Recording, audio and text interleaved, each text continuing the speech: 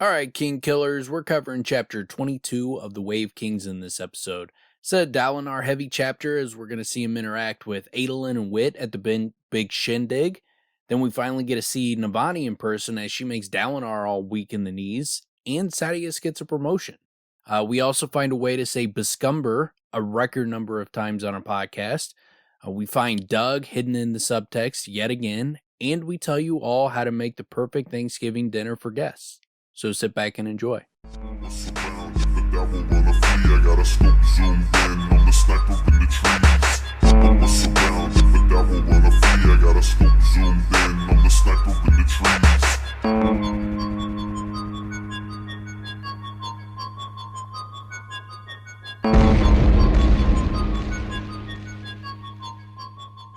All right, welcome back to the King Killer Podcast. I'm Dan.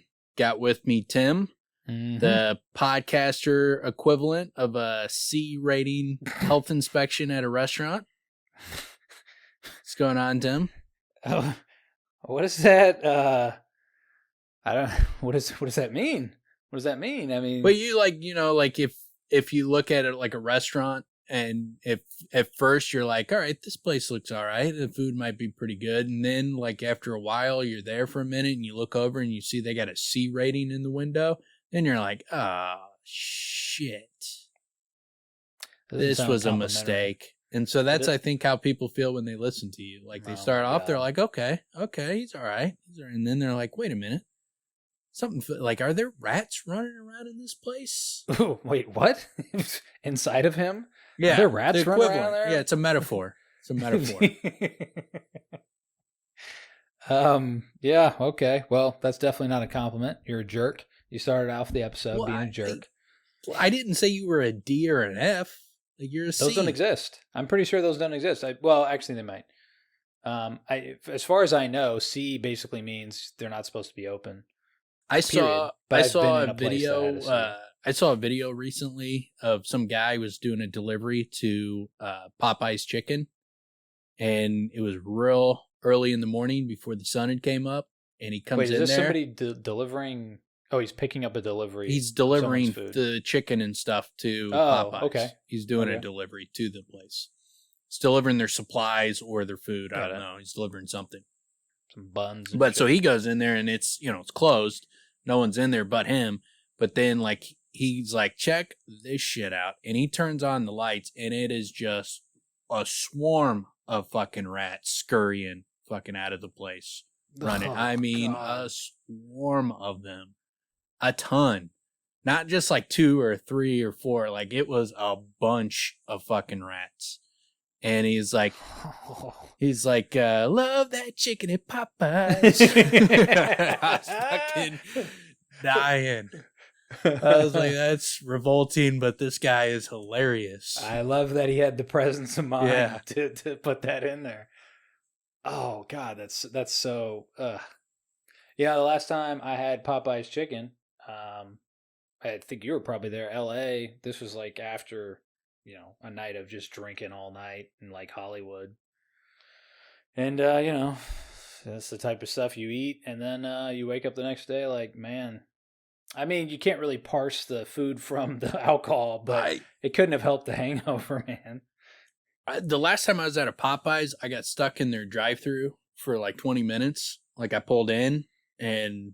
I immediately was at the screen, placed my order, and then someone pulled in behind me, and there's nowhere to go, and then I just got stuck there for like 20 minutes, because they just apparently fucking had to slaughter chickens and shit while I was sitting there. But like, there's nowhere to go. Like, I was losing my mind. I was like, this is so wrong to do this to people. Like, why are you not giving me the opportunity to get out of here? I would leave. Yeah, that's insane. 20 It's like, have these people pull forward so I can get the fuck out. How many sandwiches did the people in front of you order? That's insane. I don't know what was going on. Like, I drove off. I did not get the food. Once I was able to drive off, I left. Was not going to see how long it would take them to hand me the food after they collected my money. Did you see if the only people working inside were rats? Yeah. Because that could take longer. Yeah. If they're that was the problem. Is like the rats kept stealing the food. They would set like a chicken sandwich down on a plate, and turn to grab a pickle, and turn back, and the chicken sandwich is already gone. Oh, that Ralphie got me again. They're just supporting. This is Ratatouille's family or whatever. Yeah. It's like the fattest rats in the freaking history of rats. Just living good, eating Popeye's chicken. Oh, man, that's so disturbing. When you were saying it, I was thinking this is going to be either roaches or rats. That's why I eat both at like kingly places, gross. Like a Burger King or or Taco Bell, like the number one Mexican restaurant in the world, Taco Bell. Yeah, those are White Castle to be, apparently. Another place where I feel like royalty when I walk in there. That's a place I haven't been to in a long time. But you'll feel real good afterwards. That might be the best example of like really feeling bad afterwards, like feeling real bad. Do you ever get the frozen from the freezer section White Castle? Yeah, those are not good. That's a diuretic, man. Like if you haven't been moving in a while, it will make it happen in a bad way. You're not going to feel great afterwards. Yeah, I could pound some White Castle when I was a kid. Fucking knock back like 10, 12 of those little cheeseburgers. Especially and so those little boxes too. That's the thing. What was the other thing? The onions and the little boxes. So like if you went like late at night after a bunch of drinking, back behind the seat, you have the bag and all those boxes, and it would just smell. Was that the onion things that they would have, like the breaded onion? Like what was the breaded thing they had that was like a side instead of like was it onion rings that they had, but they weren't like rings? Some place had onion petals, but I thought they had onion rings there. Oh, I don't know. They had I could have swore they had like some kind of like onion petal type of thing. But yeah, that was good living like a king back in the day. Good living. It's like when your body could sort of take it. Yeah, your body still knew like this is not good, but it didn't knock you out for a day. I've treated my body pretty roughly over the years to the point where it can pretty much handle anything, like in moderation. Not anymore for me. I mean, I've cleaned it up enough where if I try to go back, it's going to be rough. It's going to be really rough. But I mean, whatever. You still bounce back from it. It's not like I'm going to go to the fucking hospital or something. It's just, might need a nap. Go to the hospital. What's wrong? I ate White Castle. It was a huge mistake. I really don't feel good. Do something for me. Put you on an IV drip. Clean my kidneys out. Yeah. Like I feel like just gotta let that stuff digest, man. There's nothing we could do. No, it's really bad. It's really, really bad. Don't eat there anymore. I don't know what to tell you. No, but I really like it, though. I really like it how it tastes when I eat it. I'll just come back here every time. I mean, it's cool. I got money. Just keep yourself on the support of the hospital, just so you can keep your White Castle habit going. Where are we at? Where are you at in book 2? I hadn't been, my pace was really slow, and then suddenly I came into some really good chapters, like real good stuff. And I won't necessarily be able to remember the beginning, but the big parts were the phenomenal chapters where, so basically the bridge falls, some dude pulls a crank, whatever, bridge falls. It's left somewhat unresolved, at least for me at first, where I thought everyone fell, and then find out a little bit later that not everybody fell. But Kaladin, they think he's dead because he fell way too far and there's no way he could live. Same with Shallan, but they didn't really hear much talk of Shallan in those next chapters where they were basically talking about the aftermath. But those chapters with Kaladin and Shallan together are phenomenal. Like they're back and forth, and he basically falls in love with her. There's a moment where it's like he's like, there's just some of the better writing that I've seen by Sanderson in terms of like the dialogue and on an emotional level. What he does between the two characters there is pretty fantastic. Perhaps the best I've seen thus far in this series, personally, for my taste. But also situational. I mean, she finds where the Parshendi are. She just basically puts two and two together with her abilities, which her abilities I still kind of am wrapping my mind around everything that she can do because it's insane. She's the most powerful person in the fucking world. Like the stuff she can do, it's nuts. And then there's that reiteration, which I guess I had sort of forgotten that it was Kaladin that killed Halloran, her older brother, and he thinks, wait, does she know? Like, there's a moment where he's like, does she know? Is she just playing dumb? Blah, blah, blah. But yeah, their back and forth is so great. And then I think it's the next chapter it goes back to Shallan in her youth and literally strangling her father to death after poisoning him. Yeah. That's some brutality. Man. So again, this is why I'm saying this might be, at least for me, maybe Sanderson's best writing that I had read thus far. I think it's just phenomenal. And those couple sections I think are great examples of it. So that and I know I got a little bit past that because then after that it comes to where Dalinar.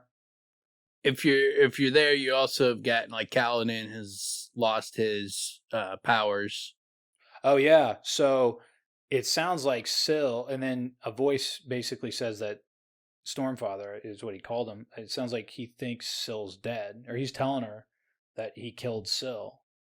And so yeah, he basically, and I think the Stormfather, whatever voice, basically says like, you're never going to get that power again. Like it's not coming back. Something into that vein. So that's a blow. Oh yeah, fuck. And then Shallan gives Kaladin a shard blade and he uses it. Yeah. Yeah, man. So much really important shit happens there. Yeah, and then she saves his life. They wait out the high storm in a crevice, and then they lie about it. I love when they get back. There's a motif going here with like Dalinar and Kaladin where it's like they're so honorable they can't lie for shit. And it's not like these are, what Shallan, the lie Shallan tells isn't like some untruth that's unforgivable. She just makes it believable why they survived the high storm. He doesn't want to go as far as like, oh, and we killed this. But Kaladin comes in like, oh, and by the way, that, what the fuck are they called? The chasm fiend. Yeah, that chasm fiend problem you have. Took care of that. Yeah. Boom. Yeah. Drops the gemstone at his feet. And she's like, no, it was already dead.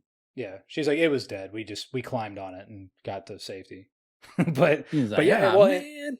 Well, and that's the other thing too. So Kaladin gets like legitimately pretty hurt with the chasm fiend. So that kind of brings the question, is he going to really heal, right? If he doesn't have the abilities that he did have. So I don't know. Those things are in limbo for me right now because basically the farthest I got is they get back to the camp and Navani's very like kind of motherly with Shallan, and Shallan and Adolin have their sort of back and forth, and yeah, I guess I saw someone because they were talking about like Shallan, and he was complaining. A lot of people, not a lot. There are people that complain about Shallan, don't like her, but like one person in particular, awesome. I've grown to like her a lot more than I did originally. She's tremendous. Yeah, and in the beginning I wasn't sure on her, but yeah, I grew to like her a lot. But this person was bringing up the fact that Kaladin and he's like, all these other characters have had it so much worse, and they get over it and move on. Ignoring this chapter, I was like, I'm sitting there like, hold on a second, who's had it worse than her? She killed both her parents. Like, what are you talking about? So the scene that I was talking about where basically Kaladin like basically looks like he falls in love with her.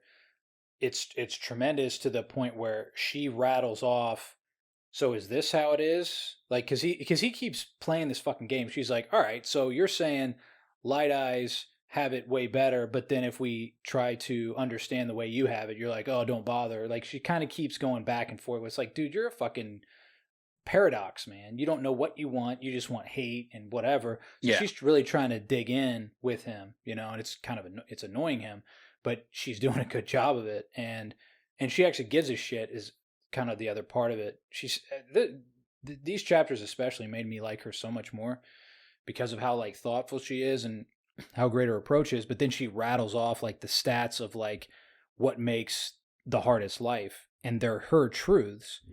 And then at the end of it, she like smiles, and Kaladin's just like, how? Like he's so blown away. Like, how the fuck can you smile? How can you possibly, take that with any type of lightheartedness?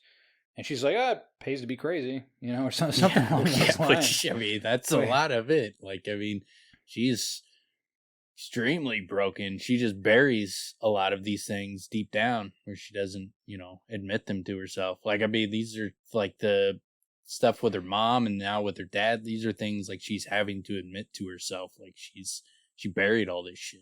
Yeah. And she's not dealing with it. Like she's not dealing. It's not like Kaladin's dealing with it in an unhealthy way. She's dealing with it in a healthy way. They're both dealing with it in fucked up ways. It's just doesn't lean into the depression. She tries to, put on a smile and go that route. Well, for the longest time, we heard her push the thoughts away, where it's like, don't think about that. Yeah, like, don't think about that now. But she also plays like the busy mind, where it's like, I'm busy. She does a lot of shit, so it's like I need to do this. I need to be better at this, and then so she's always trying to get better. I think that's a much healthier way to sort of deal with a broken past. Is just if you're gonna push it aside for greater things. You do at some point. You have to deal with it. Yeah, I mean, burying shit's not going to fix anything. I mean, you're burying it, but it's going to come back. I mean, it's still going to affect you. Like you gotta deal with it. Like, I mean, if it's something that is affecting you that much, where you can't think about it, you can't even just in your own head, you can't deal with it. You can't think about it to yourself. Like, you gotta fucking deal with that shit. You can't just fucking like, I'm not thinking about that and then bury it. It is pretty great how, I mean, they legitimately open up to one another. I mean, she tells all her truths. She tells things we haven't heard her say, period, and tells them to Kaladin, who she barely knows. Yeah. It's pretty great, man. And a part of that is also like, we could die out here type situation. But again, Sanderson brings a lot of elements all together where it's like, he's hurt. There's a ticking clock of this storm coming. Like, there's all these elements that come into play with each other. It makes for such a great.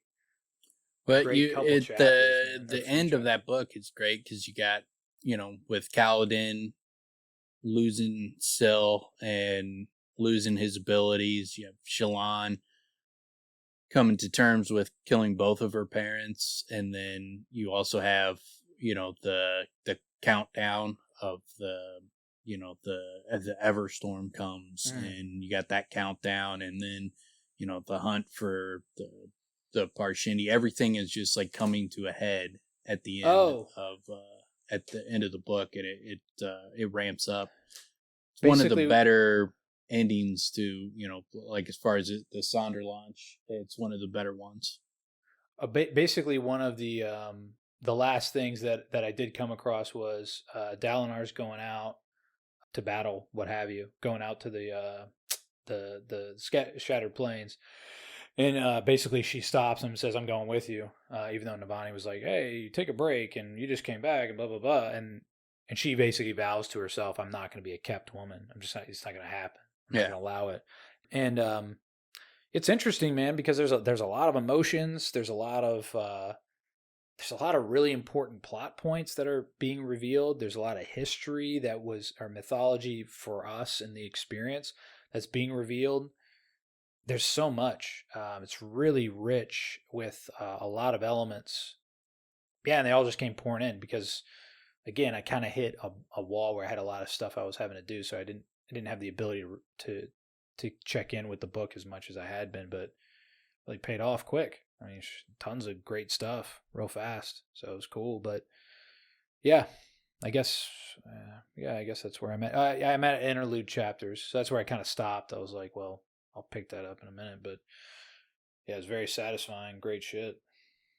All right, well, the chapter we're going to cover tonight is chapter 22, Eyes, Hands, or Spheres. And in this chapter, Dalinar and Adolin and company are at the feast, one of the feasts that Elgar throws for the group, and got some more interactions with Wit. Navani joins the scene, and Sadeas ends up getting named lead investigator. I forget what they call him, but yeah, basically lead investigator.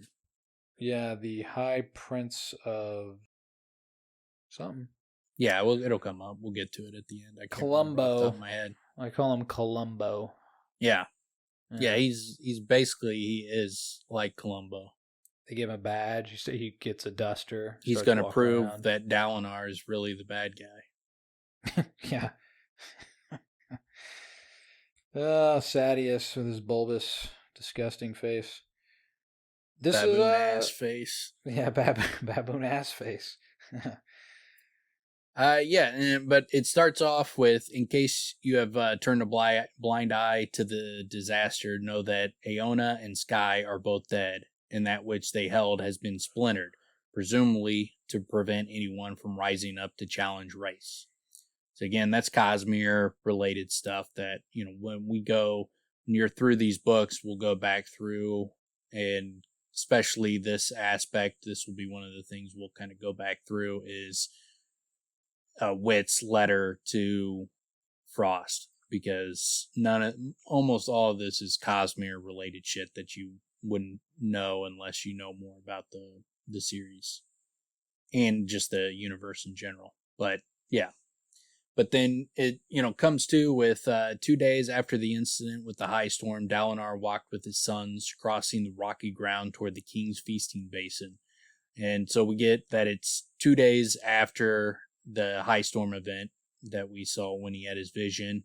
And it's like Dalinar's storm wardens projected another few weeks of spring, followed by a return to summer. Hopefully it wouldn't turn to winter instead. So showing they got just crazy weather patterns that are not consistent. Yeah, the unpredictability of seasons is pretty wild. Like, it's really interesting to like jumble them up.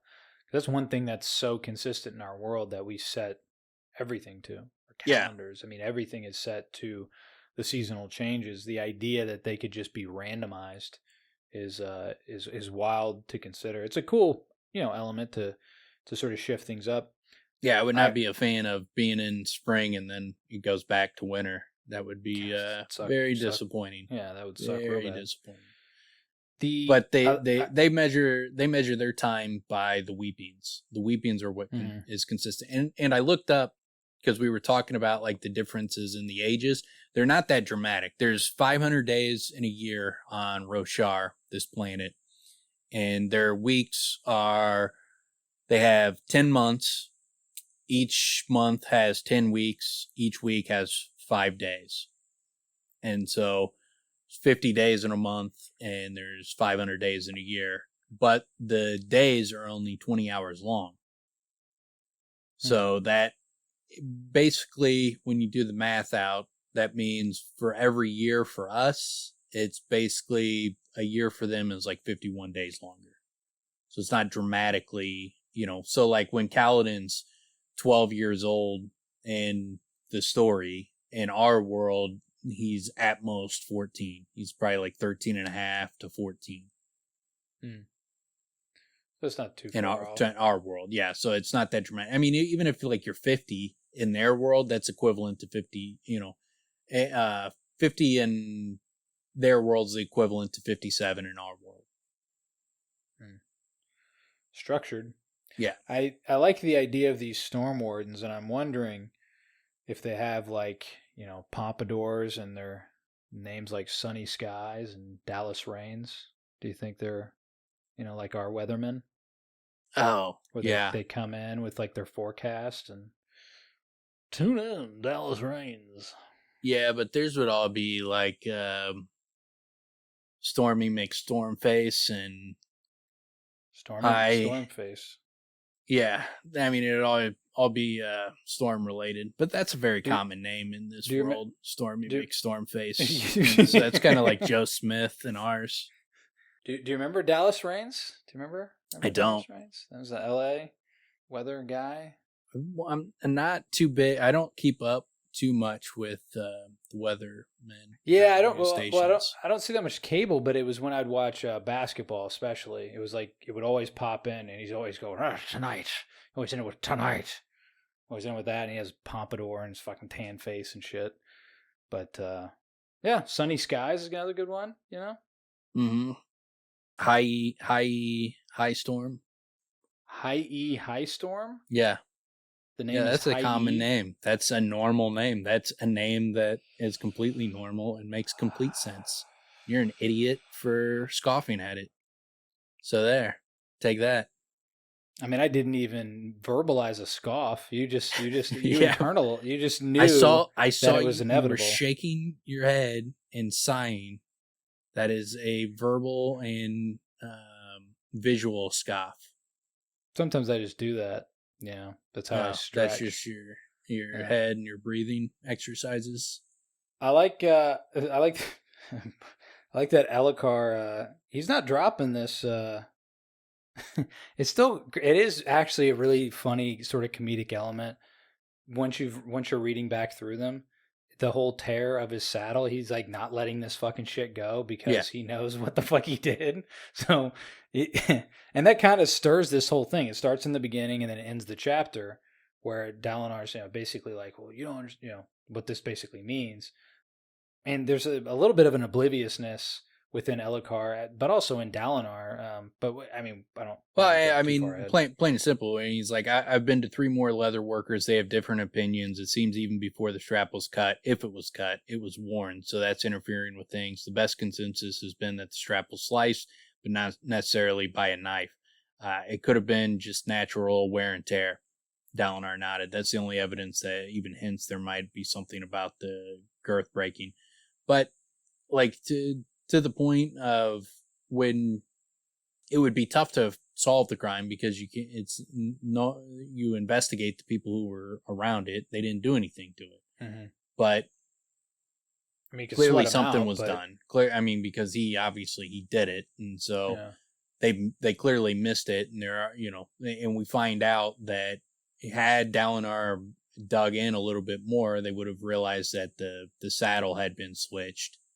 And so after they had already done the inspections or whatever, Elokar switched the saddle because he didn't want to break his good saddle. So he made sure to switch it out to not his normal saddle or his good saddle. He switched it out to one that he was okay breaking. So Dalinar didn't, they didn't do a good enough job investigating to find out there was something up. Had they investigated further, he would have realized that Elokar was responsible. They just didn't placate him enough. Well, but I mean, again, just to how bad his plan is. Yeah, it's stupid. It's so ridiculous because if they investigated it enough, they would have found out he fucking did it in the first place. Yeah, he almost bumbled his way into an actual assassination because someone clearly was trying to kill him. Yeah, they fucked with his shard plate, and he almost bumbled into it and helped them out. I mean, it's such a weird, and then also what he does, like you said, it's very difficult to prove how the thing was broken or cut. And especially if you did it, you're not going to sweat people out and get them to admit it because you're the one that fucking did it. Yeah. So, it's such a ridiculous plan, man. It's one of those things that, again, it makes me see Elokar in a kind of an odd light because, well, and again, these chapters are, again, it gives some satisfaction where his mother's like, yeah, he's not that good, is he? Although she's kind of testing Dalinar, but it's a funny position to put him in. They didn't do a great job of investigating because they still haven't even thought anything of the shard plate. And once you combine the fact that the shard plate was clearly fucked with, then that should throw up your hackles that something's up here. Then even if you don't know Elokar cut the strap, you'd see, all right, the strap was cut. Not only was the strap cut, but the shard plate was fucked with. Someone clearly tried to kill him. Does Sadeas find this shit out? I don't remember who finds it out. I think it might be Sadeas, but like Dalinar. I don't remember how they the clearly shard plate stuff did not do good enough job on the investigation to placate Elhokar for one, and they didn't find Sadeas ends up digging up more information than Dalinar is able to. Sadeas for although he was using it to kind of manipulate Dalinar, he still did a better job with the investigation. He's sharp, man. My guess is he did the Columbo, which is he just kept going. Oh, and one more thing. Yeah. He just kept doing that over and over. Yeah. But he I mean, in this chapter, he's pretty crafty. He's a crafty one with his bulbous baboon ass face. Yeah, which the more you say that, now I'm picturing like he has loose flesh like hanging off his face. Most baboons, man, they work them glutes, man. Those are pretty solid glutes.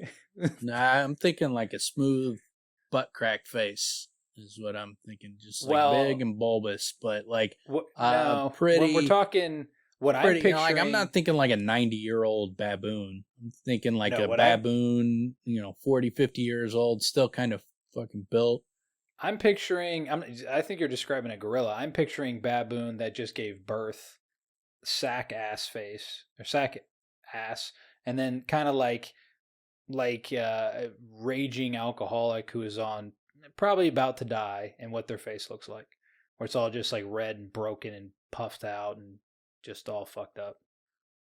I'm looking at those two things as meeting in the middle. You're being a jerk to Sadeas. Sadeas is a good-looking dude. He's for a guy with a baboon ass face. He's a good-looking dude. He's pulling it off.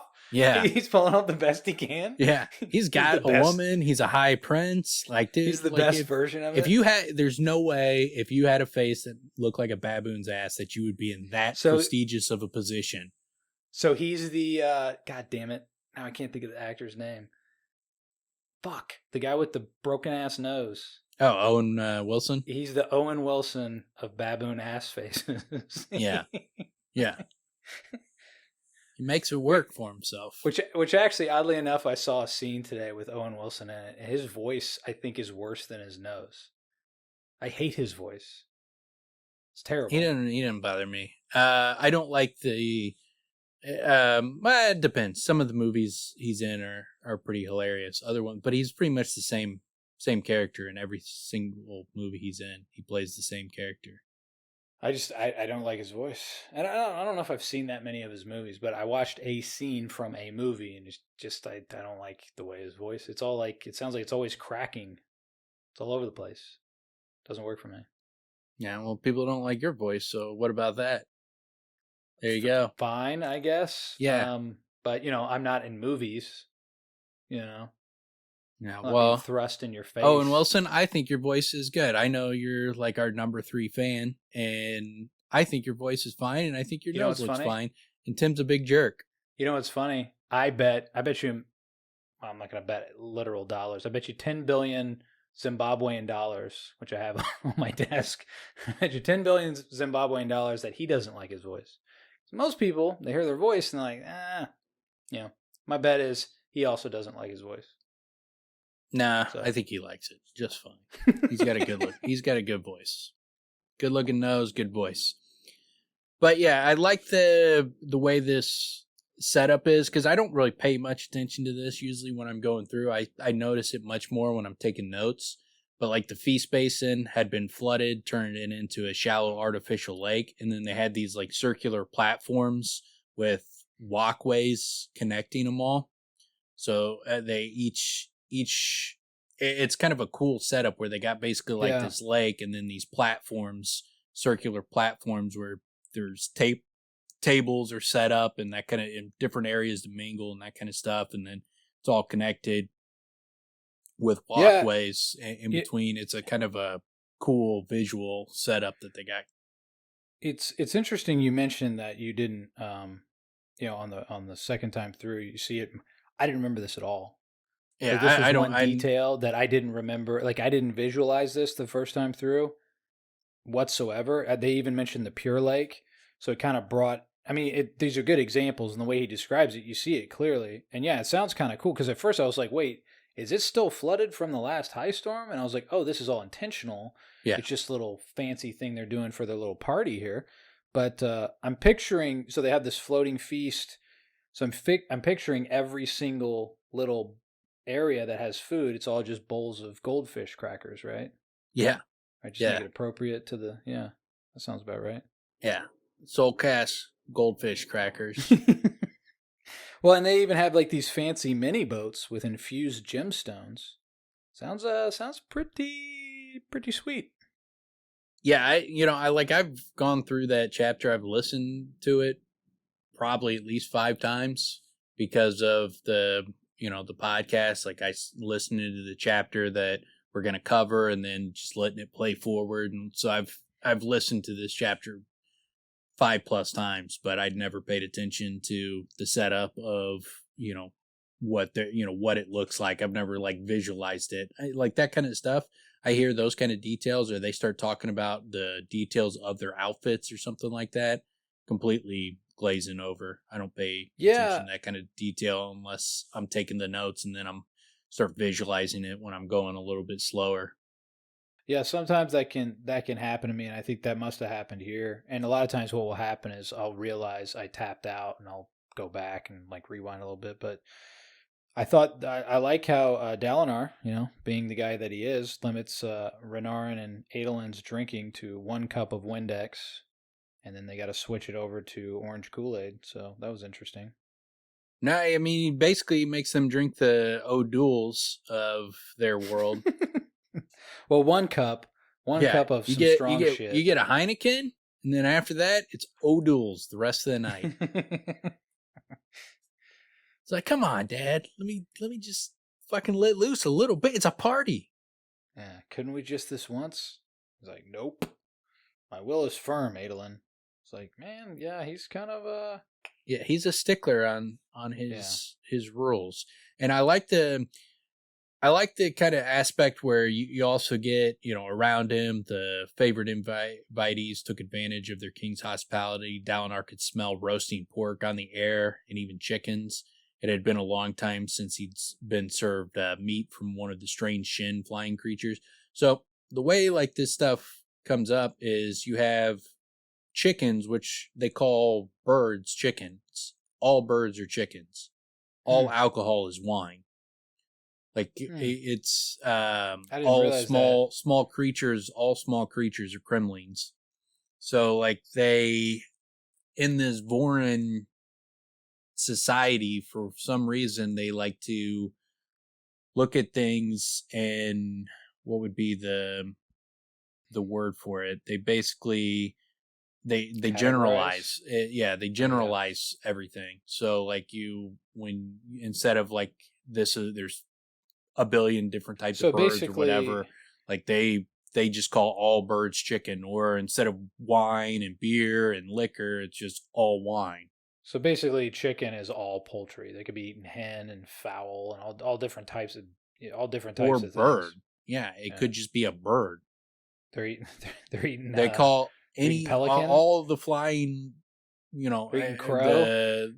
Like a robin, or they would call a robin a chicken, a little tiny chicken, but a chicken. Well, I hear you don't really want to eat crow. It can kind of mess with your insides. What I hear. I've seen a lot of people eat crow over the years. You're going with the. See what I did there? Yeah, I did that. I was picturing Frank Reynolds eating crow and getting real sick in the woods. That's great. I think he gets rabies or something. And then then we get a picture of all these guys sitting around drinking violet wine, and they're wearing super tight jackets, and then it was, but many had dropped all pretense in choosing instead loose silk shirts with ruffled cuffs worn with matching slippers. Matching slippers and loose silk shirts with ruffled cuffs. So they're basically dressed like Seinfeld and the pirate shirt, the puffy shirt. Yeah, they basically are going slippers, puffy shirt, except for it's silk and then they go with like silk slippers, I guess. I don't even like that sounds dangerous. Dude, it sounds like is that just mean matching slippers? I guess that's just the color is matching. But the slippers, I mean, they're wearing like pirate themed teddies. this sounds like a swingers party. Yeah, it sounds like this is about to get real debaucherous. Like if I walked in and everybody's wearing like silk puffy shirts and little short cut off shorts and slippers, I'd be like, what is this? Where am I at right now? Food's floating on water. It's all everybody's it's pretty creepy. It's like I feel like I'm at a high school prom and also the Playboy Mansion right now. That's that kind of came to mind. I'm also wondering what kind of music do you play at a party like that? Because depending on the music, the vibe could completely change. You're playing like the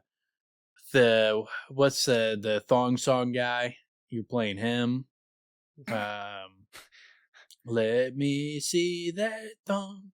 Dun, dun, I can't remember the name. It's like Sonic or something, or something with an S. Cisco, yeah, with a C, yeah. Jesus. Cisco, Jamiroquai, Genuine. That I can see. Genuine. Oh, man, yeah, definitely playing some Genuine. This would be really hard for me to last with.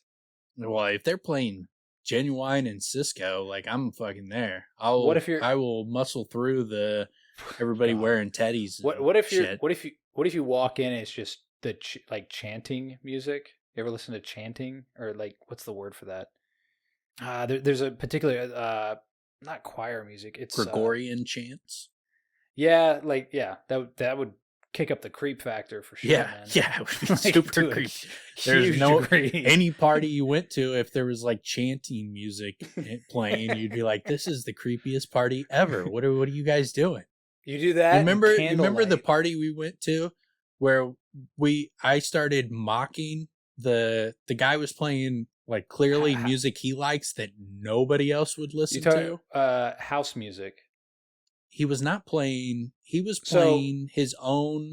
Yeah, they call it. Yeah, they call it house music. So before he showed up, we were playing like a bunch of like '90s rap, late '80s, party hip hop and pop. It was fun. Like and we were just playing shit on the computer. It was like it would have been like playing like Madonna or shit like that, Michael Bobby Jackson and like pop and hip hop. And I think we played Young MC and some shit. And like he that. came in and just killed the fucking vibe immediately. And he was the DJ. He had like brought his DJ table. He was and everything. he was there for this circumstance to play music. And no one would dance after that, except for you. You were jumping around. I was hamming it up so much. Like he was playing, like the music was not good for dancing at all, but I would not stop dancing. I was going crazy. I was running around the party. Like, you're like cheering. Like jumping up and down, running around. Like, everybody get on the dance floor. You gotta hear this music. It was terrible. And we kept calling them tiny. We kept calling them tiny balls. Yeah, because she, the toddy, chick who hired toddy balls or something. Yeah, I was calling them toddy balls. So we kept calling them tiny balls. It was like, why would you tell people your nickname is Toddy Balls? You know, I'm going to change that immediately. Because they DJ Tiny Balls on the ones and twos. That's like you just like teed me up to mock your nickname, and then you're going to play terrible music the whole night and annoy everybody. It's like, now you're just going to get mocked the whole night. I remember like someone we worked with just hung out outside. Someone we worked with who had not hung out with me outside of work, where I would just go into work. I would just do my job. I wasn't there to socialize or anything. So I would just go in, do my job and go home. But then I'm a totally different person outside of work. And then she was like seeing me being like the most, what would be the most ostentatious person at the party, basically. The most exuberant. And she was like, quite ridiculous. She was like, who is this person? It's like, what is he on? I remember she asked me what you were on, and I was just like, it's life. High on life, the man. Music. I called her. You caught him in a moment where he gets to mock someone, and that is his element. I called her ahead of time, and I was like, bring some records. And she's like, what? And I was like, yeah, there's a DJ here. He's terrible. It's like, oh, you can't do that if there's a DJ. I was like, don't do the etiquette shit. This guy sucks. I was like, bring records so we can listen to something decent. This guy fucking sucks. But she did not. And we just had to make it work. I mean, I guess she were doing the best she could to make it work. Hey, man, I got everybody up and mock dancing his music. I got everybody enjoying mocking the fact that this music was not good and mock dancing, like dancing to a beat completely different than what he was playing, like doing like the MC Hammer dance to like, you know, slow type music and just like dancing extremely fast paced. It's one of the only experiences I've had with house music. I've heard that's the way it is. It doesn't make any sense to me. Like, no, so what are we doing here? Like, unless it's you and your DJ friends and you're trying to impress one another, there's no positive vibe happening here. I don't know what the fuck you're doing. Yeah, it was like, what is this? Yeah, it's ridiculous. Fun times, but yeah, and then so he goes in there, and you got also these creatures of fashion shot glances at Dalinar, praising him, weighing him. He could remember a time when he would have been swarmed by friends, acquaintances, and yes, even sycophants at a feast like this. Now, none approached him, though they gave way before him. Elhokar might think his uncle was growing weak, but his reputation quelled most lesser light eyes. And yeah, you have to consider that they're staring at him, looking at him sideways, but they just heard about his visions. He had one of his spaz outs in front of another group's army. So they saw and they told that. So now everybody, there's confirmation that he sounds like a crazy person speaking in tongues whenever a storm comes, and he's just thrashing around like a madman. So they think he's, you know, the only thing you would think from that is like, this guy's losing his shit. And then you hear he also went to Elhokar and said, we need to go home and stop fighting this war. And so they're just like, yeah, there's something wrong with this guy. I like how basically the vibe that I picture that Dalinar is feeling, it's like he's an ex-movie star.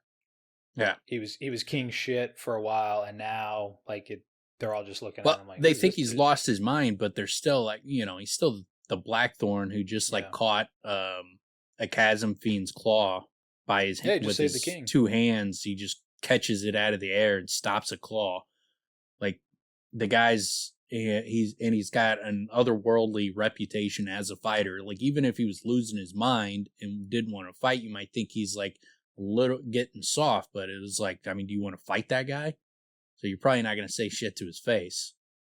Yeah, it's an interesting conundrum he's in. Well, I mean, it's happening around him, right? And he did also create it too. So, and he, you know, I like when he finds out, like, Elhokar basically told everyone. He's like, really? It's like, dude, yeah. Like, well, I mean, Dalinar's a little naive when it comes to these things, man. Like, where, I mean, I guess he didn't. Well, he even goes as far as, I guess, by Elhokar. What are you doing, man? That's like your right hand man. Why are you undercutting your right hand man? And did you not know that it would undercut him? Yeah, it's a pretty big miscalculation on his part. But I mean, we see that a number of times in this chapter where it's like it doesn't. Well, even at the end, like you have to be an if you're going to be like, all right, he already recognizes, like, the reason I can't make you like the head of the war army is because all these people turn on me and want to kill me. Like, he understands that his rule is, you know, by a thread. Like, he doesn't have a ton of wiggle room to keep these guys under him. He's got to play, you know, like it's easy that they could turn in revolt. So the last thing you want to do is, like, your right hand man, the guy that's feared, the Blackthorn, the guy that helped conquer a lot of these people and bring them under heel to begin with. You don't want to undercut that guy because they're not scared of you. They're scared of him. So you don't undercut the guy that they're scared of. You don't fucking crack that door open for them. It's just stupid strategy. Just completely like oblivious to the situation and like what you're doing and how significantly you're undercutting yourself by undercutting Dalinar. Yeah, it seems like a lack of strategy or even respecting what it creates. And we see that towards the end where even Navani's like, you still think he's a good ruler? Like, Yeah. because then he starts blurting shit out. It's like, what the fuck's wrong with you, man? You know? Yeah. But yeah. We also they talk about like how the platform is set up, where you have its pole mounted gym lamps ring glowing with blue stormlight, and a fire pit dominated the center of the platform. Deep red coals simmered in its bowls, radiating warmth. It's got a kind of cool visual element to it, where you got this circle platform ringed with blue lights. Then you got the red glowing, coals in a fire pit in the middle, warming everything. And so, surrounded by this table. It's kind of a cool look to it, the way he describes everything. It sounds pretty sweet. They described it as the King's Island, and it does sound exactly like the roller coasters would be super fun too. Like yeah. I would hope they got on those. The Beast, not that fun. People like it, but I don't think it's that fun. It's a wood roller coaster. It's very bumpy, and it just goes up and down. You remember the Racer? The Racer's even worse. Yeah, I was gonna say it's wood. It's bumpy as shit because all it does is go straight up and down. Yeah, and straight very fast. Up and down. Yeah, and very fast. And it's that made me nauseous. Yeah, the other Cyclone, one's going upside down. The Cyclone was cool. Completely different. Yeah, Cyclone was cool. I like that one. The lines were super short. You could get in there, knock that right out. You could like do that just over and over again, like no line. But it was one of the few that had loops at Kings Island when we were kids. Then we went to the Six Flags in Los Angeles and rode the X, and I was like, well, there's nothing like that. That was an entirely different experience. Yeah, the X2, which sprayed water on you and fire in your face as you're flipping. So what was it? It's like the harnesses for the ride. Your legs hang loose. Yeah, it's basically like you're kind of in a tight recliner, basically. But the seats rotate. You're just kind of sitting up like in a gaming chair, basically, with things that come over your shoulders to hold you in, strap you around the shoulders and waist. But the seats rotate independent of the track, so it'll like you would go up backwards. So you're going up backwards, looking forward, and then it tips you forward. So you're going, as it goes down, you're going face first directly at the ground, and you're like parallel to the ground. And then when it just feels like you're gonna just smash your face into the ground, it flips you all the way over back upright. So it continues the flip. So your head eventually is horizontal with the ground, and then flips you back upright. And so you do a full circle, and then it does it in reverse at one point. It's intense. There's nothing. One of the most intense. It would seem like this what it would feel like to be skydiving, because you're going 60 miles an hour straight at the ground. It was like I was never big on roller coasters anyway, because I like my experience with like the Racer and the Beast. I was like, I don't like these. Like I just didn't. I didn't think it was fun. I would rather do like water rides and shit rather than getting nauseous. Riding that was a whole different experience. I'm like, this is incredible. Like it was insane how first year I moved. I don't see how you can have experiences like that. How you can manipulate space with your body and be able to do those types of things. It's insane, dude. It's intense. Other than being in the cockpit of a like fighter jet. Yeah. The first year I moved out there, we got a year pass to it, and me and a buddy, one of our buddies, we would go up there. We were like 15 minutes away or 30 minutes away, so we would just drive up there right when it opened, go immediately sprint to that roller coaster, so we'd be the first ones that would get on it and not have to wait in line. We'd ride that and then go and do shit for the day. So we'd like wake up hungover or tired as shit, get there, just wait as soon as the things would open, just get that massive adrenaline burst and be like, all right, I'm ready to go conquer the day. Just jacked the fuck up. When we went, it was the first one we rode, and I was actually pretty nervous because I typically get nauseous on these things. I was already hungover, so I was just like, man, I don't know how this day's gonna go. But yeah, it was incredible. Yeah, it was great. But yeah, and then we get, the tables along the side of the platform were occupied by male or female diners, never both at the same time. So you get a little bit of the customs on during this party, how they kind of separate the men from the women. They eat different food. They're doing different activities. They don't sit together. Like, it's a weirdly segregated society based off of, whether you're male or female. The different food is a little weird to me. Super weird. Yeah. The other stuff, I mean, I guess I can understand to a degree. It's, women hang out with women, men hang out with men, but that's not always the case. But I mean, I guess I can get that to more of a degree than the separation of food. It's like we have different palates. I would have a major problem with it if I was a woman. Like, if I had to give up one or the other, sweet food or spicy food, I'm giving up sweet food every time, every day of the week. Yeah, like, I'm not big on sweet much food, rather period. like other than like desserts and stuff, like, occasionally eat like a cookie or something or a brownie. Like, I'm not a big dessert person, so I'm not pounding desserts. So yeah, big on and I don't meats. like sweet. Yeah, I don't like sweet meat and stuff like that. And so yeah, I much prefer spicy food to sweet food. Have you had melted Twizzlers on mashed potatoes? Oh, so good. So good. So good.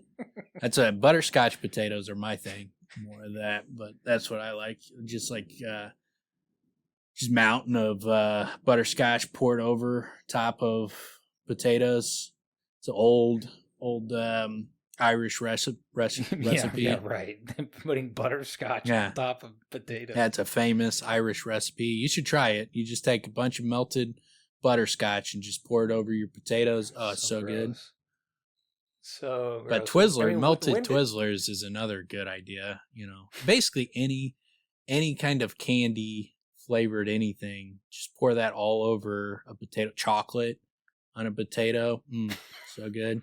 So like Thanksgiving dinner, have like turkey, and instead of dressing, just melted chocolate.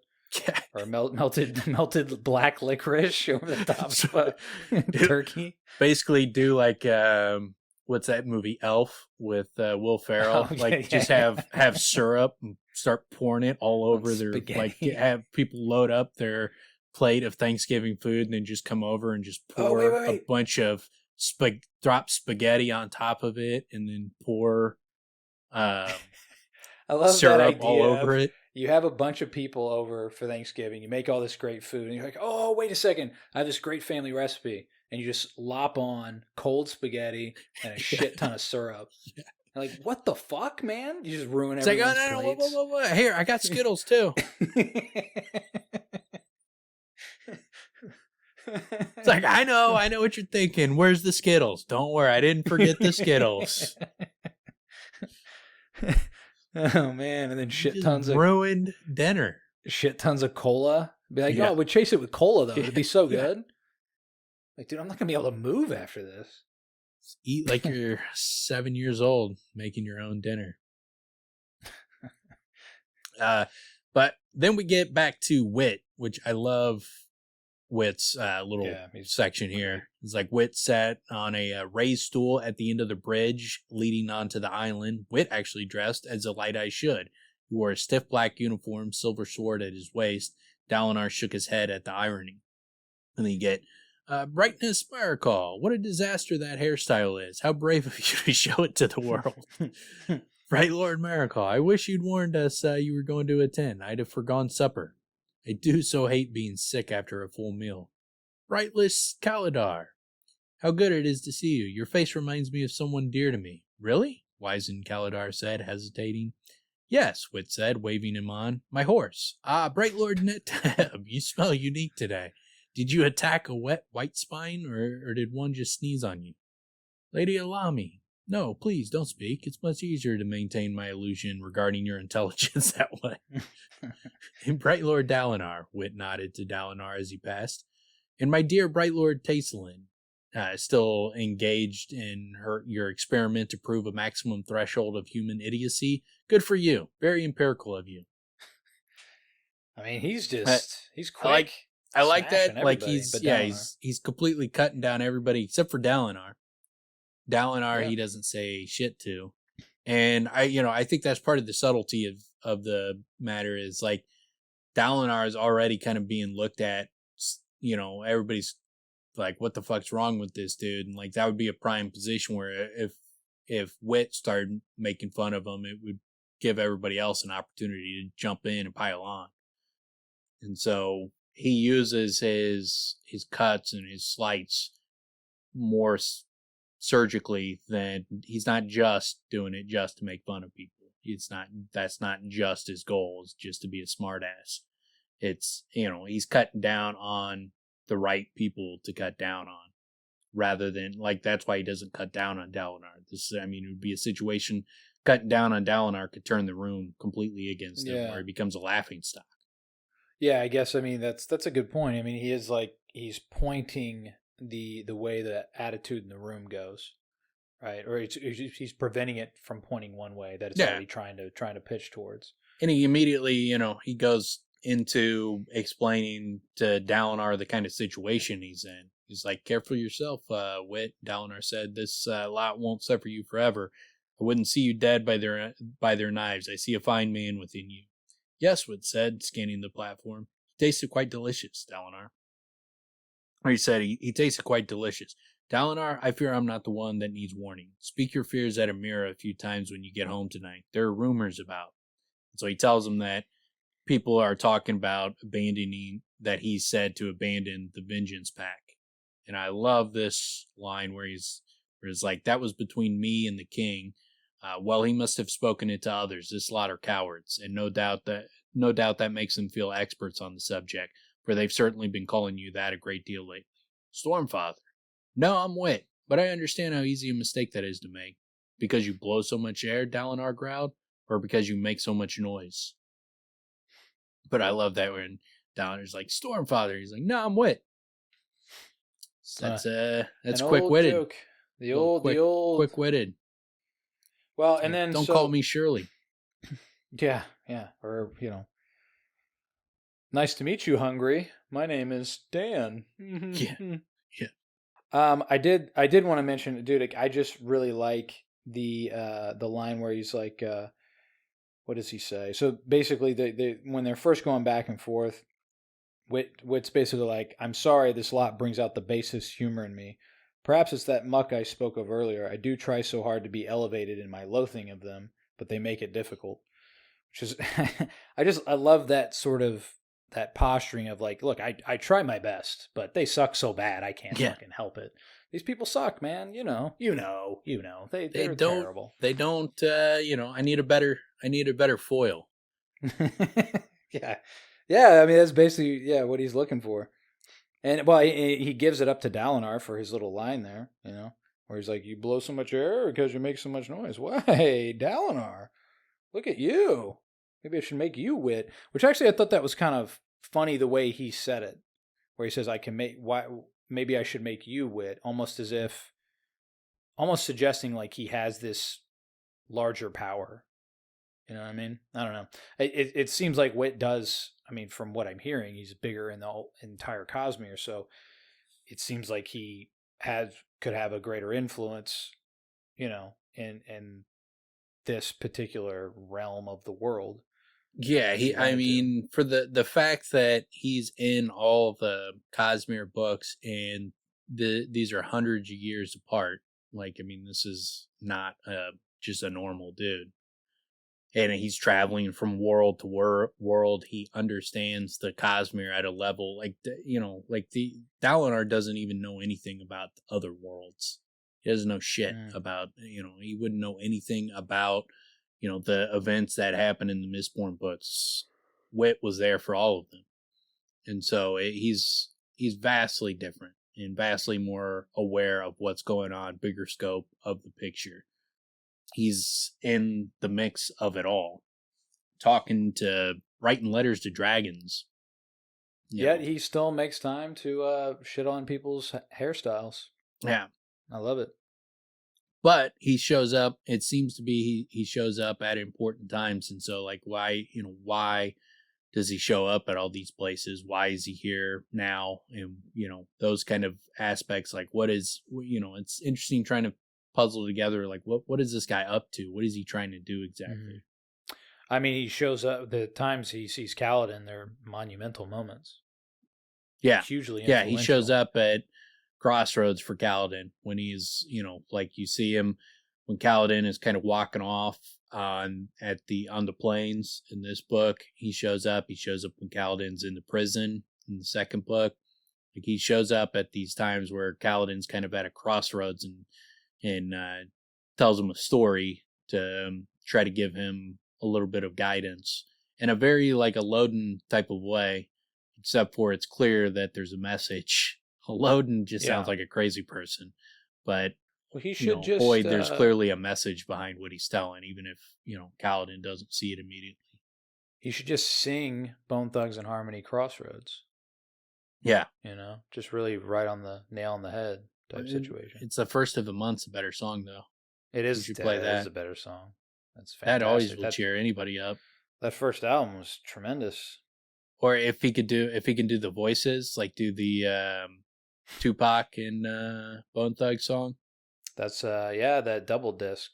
I used to listen to that before soccer games. Yeah, that song gets me jacked up. That shotgun blast or shotgun being cocked right at the beginning of the blast.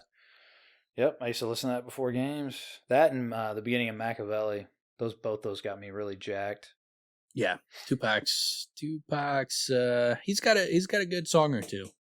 Yeah, he's got a couple. Yeah. He should make more albums. I don't know why he slowed down. It's weird. I guess some artists, that's what happens. They just slow down their progress. But then Dalinar tells him, "Thanks for the warning." He's like, "You're welcome, Bright Lord Habitab. How thoughtful of you to wear a red shirt with a sunburn like that. If you continue to make my job this easy, I fear my mind shall become as dull as Bright Lord Tumul's." "Oh, Bright Lord Tumul, how unexpected it is to see you standing there. I didn't mean to insult your stupidity. Really, it's quite spectacular and worthy of much praise." And so he just goes on cutting these people down. And then he sees Navani, and he's like, and is that Lady Navani behind you? How long have you been back at the plains, and how did I not notice the smell? Dalinar froze. "What? Obviously your own stench overpowered mine, Wit," a warm feminine voice said. "Has no one done my son a service and assassinated you yet?"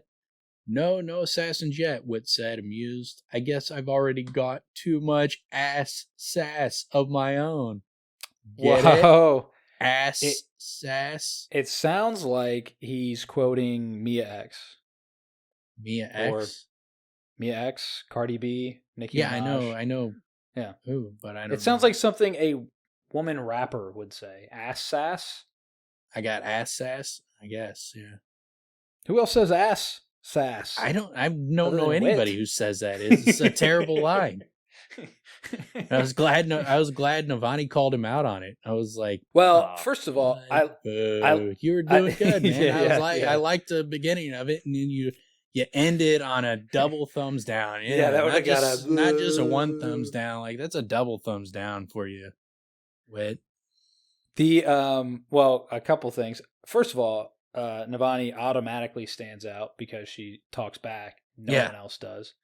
No one else says a fucking word except Dalinar, but he didn't insult him. Yeah, that we already saw. Like when Sadeas tried to throw barbs at him, it just got worse for him. It went a lot worse. So Navani does the clap back. Yeah, claps back. I love it, and she's a fucking great character. So she claps back, and he falters like a son of a bitch with his ass sass. Yeah, he bombed. Maybe he did it intentionally. Maybe he wanted her to win. I will say this though, his retort that comes next is phenomenal. It's so great, where she basically is like, "Oh, really, Wit? Thought that kind of humor was beneath you." And he's like, "So are you technically, but that's just because she's whatever, standing on a stool or whatever." And then he goes, "Unfortunately, Brightness, I've taken to framing my insults in terms that this lot will understand. If it will please you, I shall attempt to improve my diction to more elevated terms. I say, do you know any words that rhyme with bescumber?" So the idea of a fancy word for shooting shit all over the room. Yeah, I had to look it up, and then when I looked it up, fantastic. I laughed because it's not one I've never heard anybody say bescumber. Exactly. So it's like I had to look it up, and then when I looked up and it says like to discharge odor or dung upon, it's like that's hilarious. It's so fitting in the context, right? Because he's elevating language and talking about the grossest like base thing you coming can up do. with like an obscure way to on you. Talk about shit. I poop on someone. You. Yeah. I'm gonna poop on you. I mean, it's something this is the type of thing kids say, man. They joke about peeing hilarious. And pooping on people, and he does it in an elevated way. He made a sophisticated poop joke, which is it's a rare one to pull off. I mean, after the ass sass, he rose to the occasion. Yeah, after falling a bit. So yeah, because that ass sass needed a good one. Bescumber is a good one. I'm gonna try to use bescumber in sentences. I have to say though, bescumber is kind of a type of. If you think about it, bescumber is the trait of ass sass. Right? If you have real ass sass, you be scumber. I'm gonna start telling that to waiters when they ask me and I get something I don't like how's the meal? Tastes like someone bescumbered on it. It tastes like there was a bit of a bescumber. Do you guys have bescumber back there? Because it seems like it was seasoned with a little too much bescumber. A little too much bescumber for my taste. It'd be great if they go back and they ask the chef, and the chef's like, "Ha ha!" Yeah, if he actually knew the word. Yeah. That guy's funny. Happened to be on the chef's word a day calendar. I'm gonna throw out a heavy bet. I'm gonna throw out a heavy again, my $10 billion Zimbabwean note that the word of the day calendar does not have bescumber on any day. It should be. If I made the word of the day calendar, it would be all words like that. Why have a word of the day calendar if you're not going to use it for fun? You're just going to learn boring words that nobody uses? No, you gotta come up with words like bescumber. Like that's a useful word for me. Other than the context you just brought up, really hard one to fit in a conversation, man. Do you want a little bescumber in your water? Well, you're using the same thing over and over. What? Like a cucumber? Or that.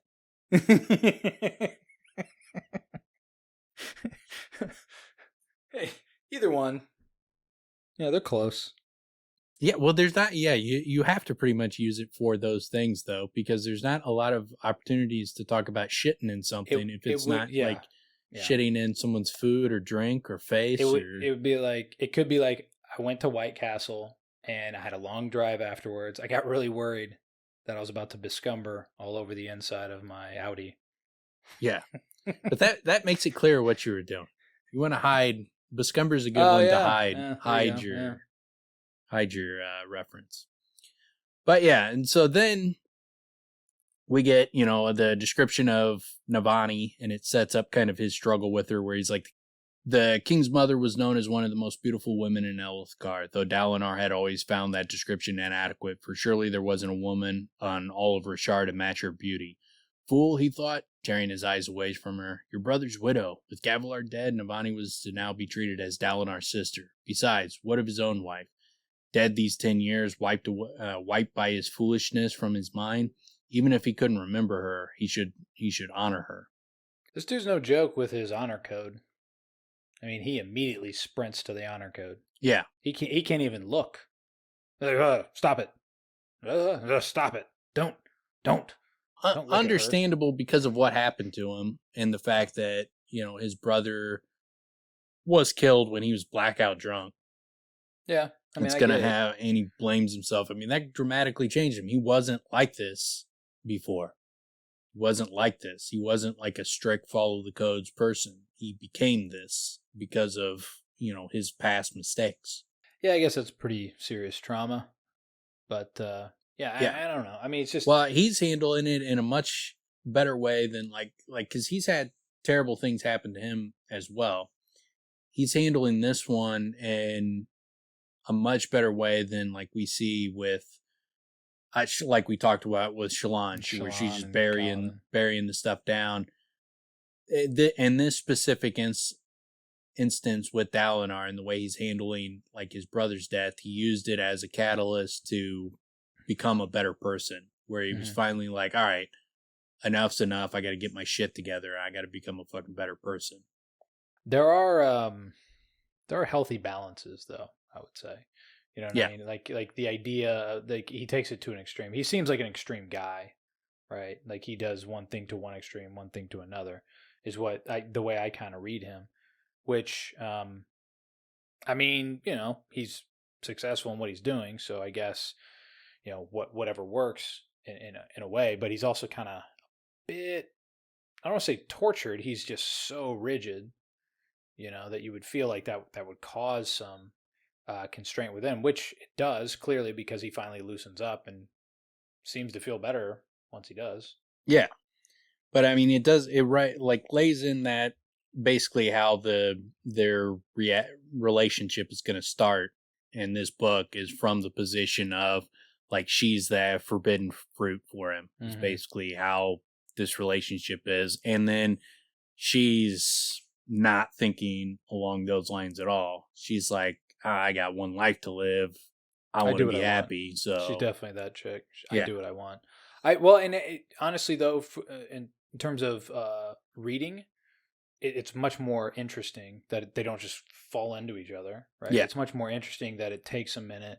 She has to kind of wear him down to some degree, and he has to sort of allow himself to, I don't know, loosen up.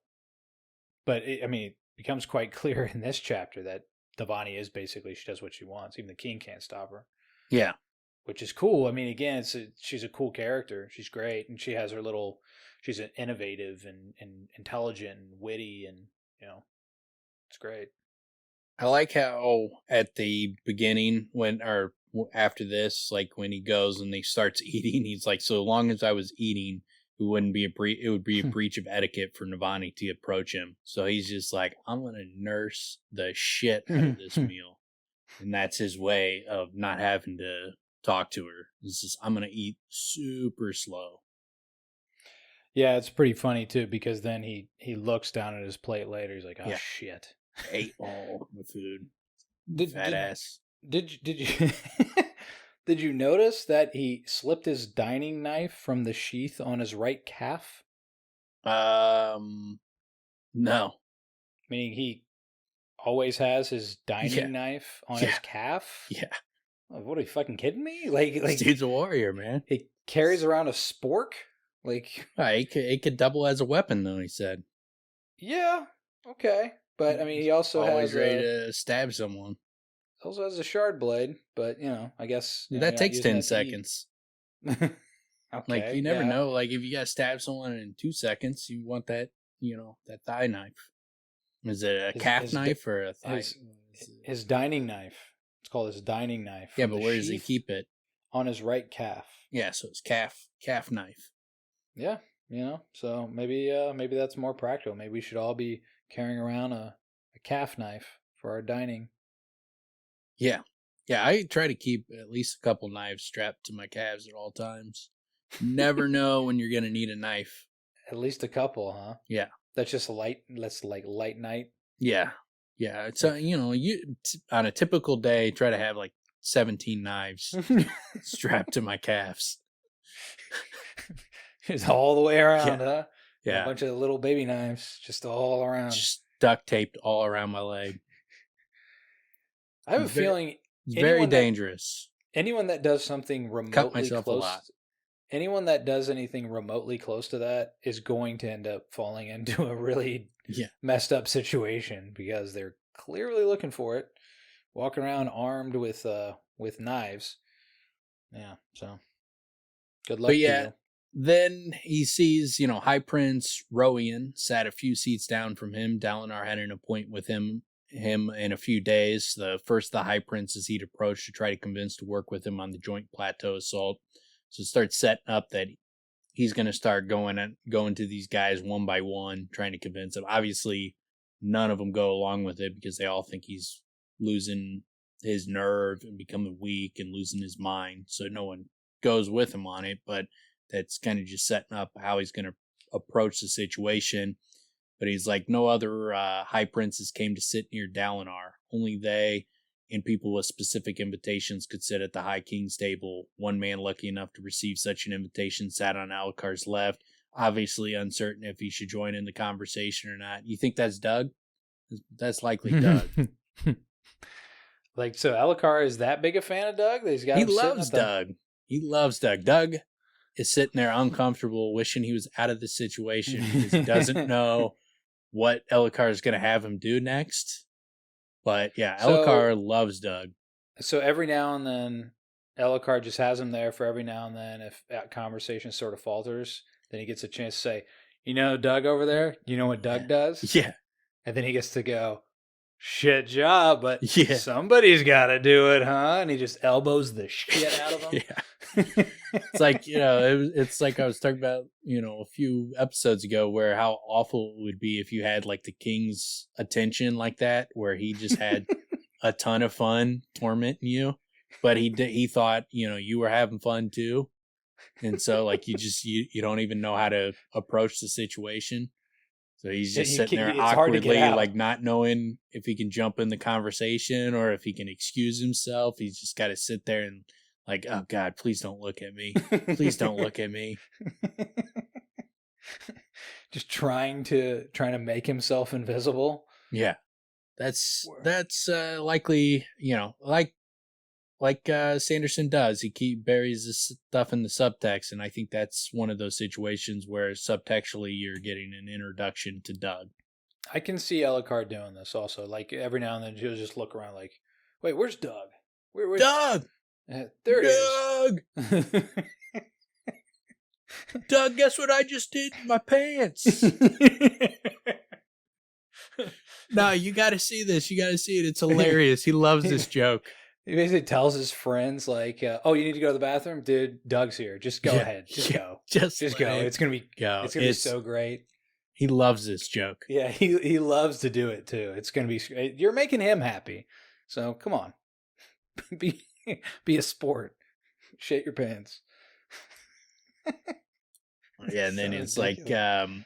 you know, it was a time for relaxation, but the Alethi were reserved people, at least when compared with more passionate folk like the Horn-Eaters or the Reshi. Still, his people seem to have grown more opulent and self-indulgent since his childhood. Wine flowed freely and food sizzled fragrantly. Yeah, I mean, they're having these extravagant parties in the middle of their war. Like, they're doing this, like, seems like on a consistent basis.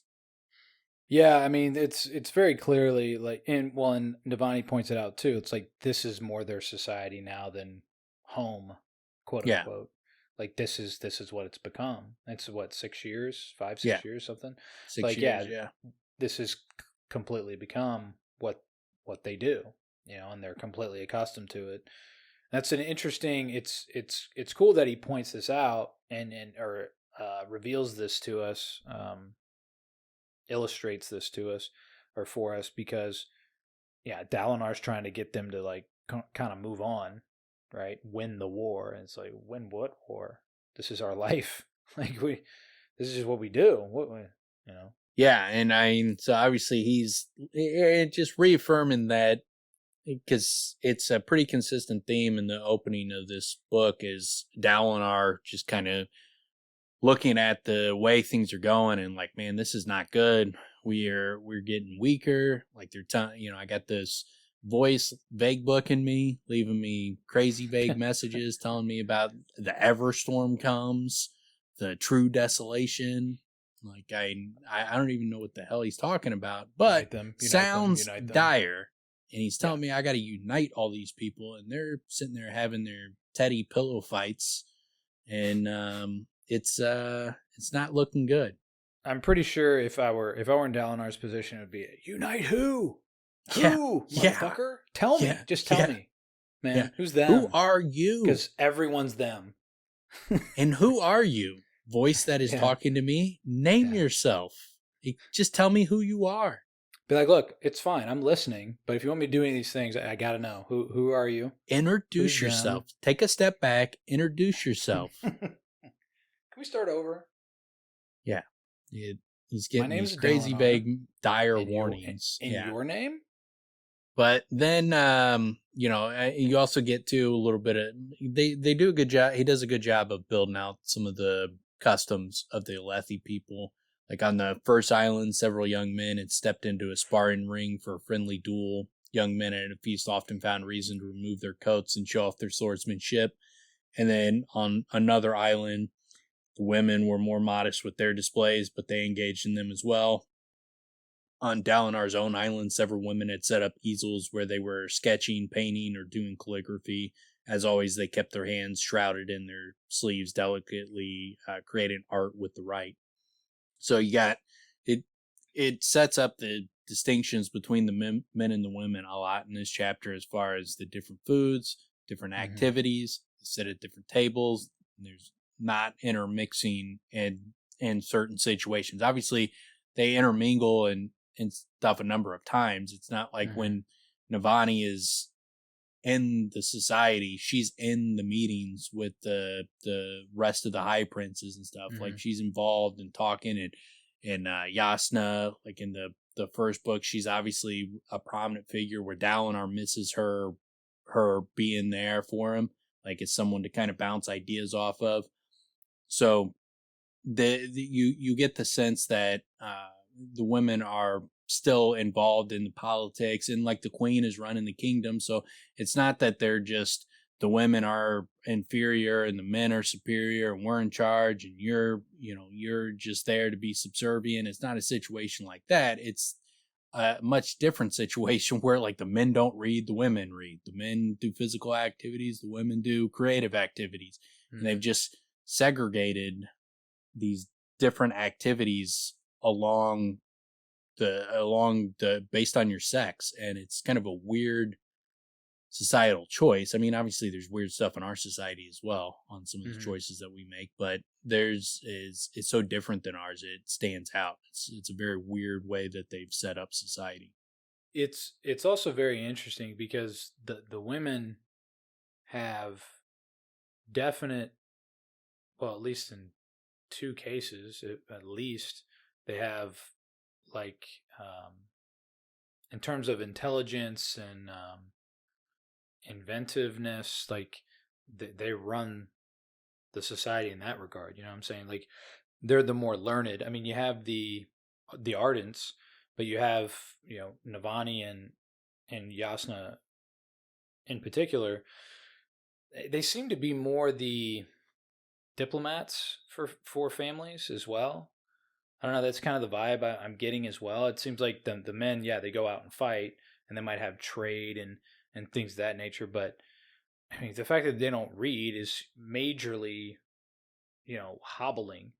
Yeah, They can I be don't know. told Like, I don't things. necessarily like see them as diplomats. I mean, I'm sure there are some that are diplomats, but it seems like Gavilar and Sadeas and Dalinar kind of forged their kingdom, and it wasn't a lot of relying on women to do certain aspects of it. I mean, they do, like the women were there to scribe for them and those kind of things, but as far as like forging their kingdom, it seems like it was, they got people to either bend the knee to agree with them or they went to war with them, and it seemed like they were doing their own diplomacy, even though it was very limited. But the women are, force. Yeah, but I'm just saying, like, I don't necessarily see it like we don't do diplomacy. That's a woman's job. Like, I mean, they did diplomacy too. It's just, it was more limited. So I don't know necessarily I'd break it down along those lines. But yeah, they are for sure.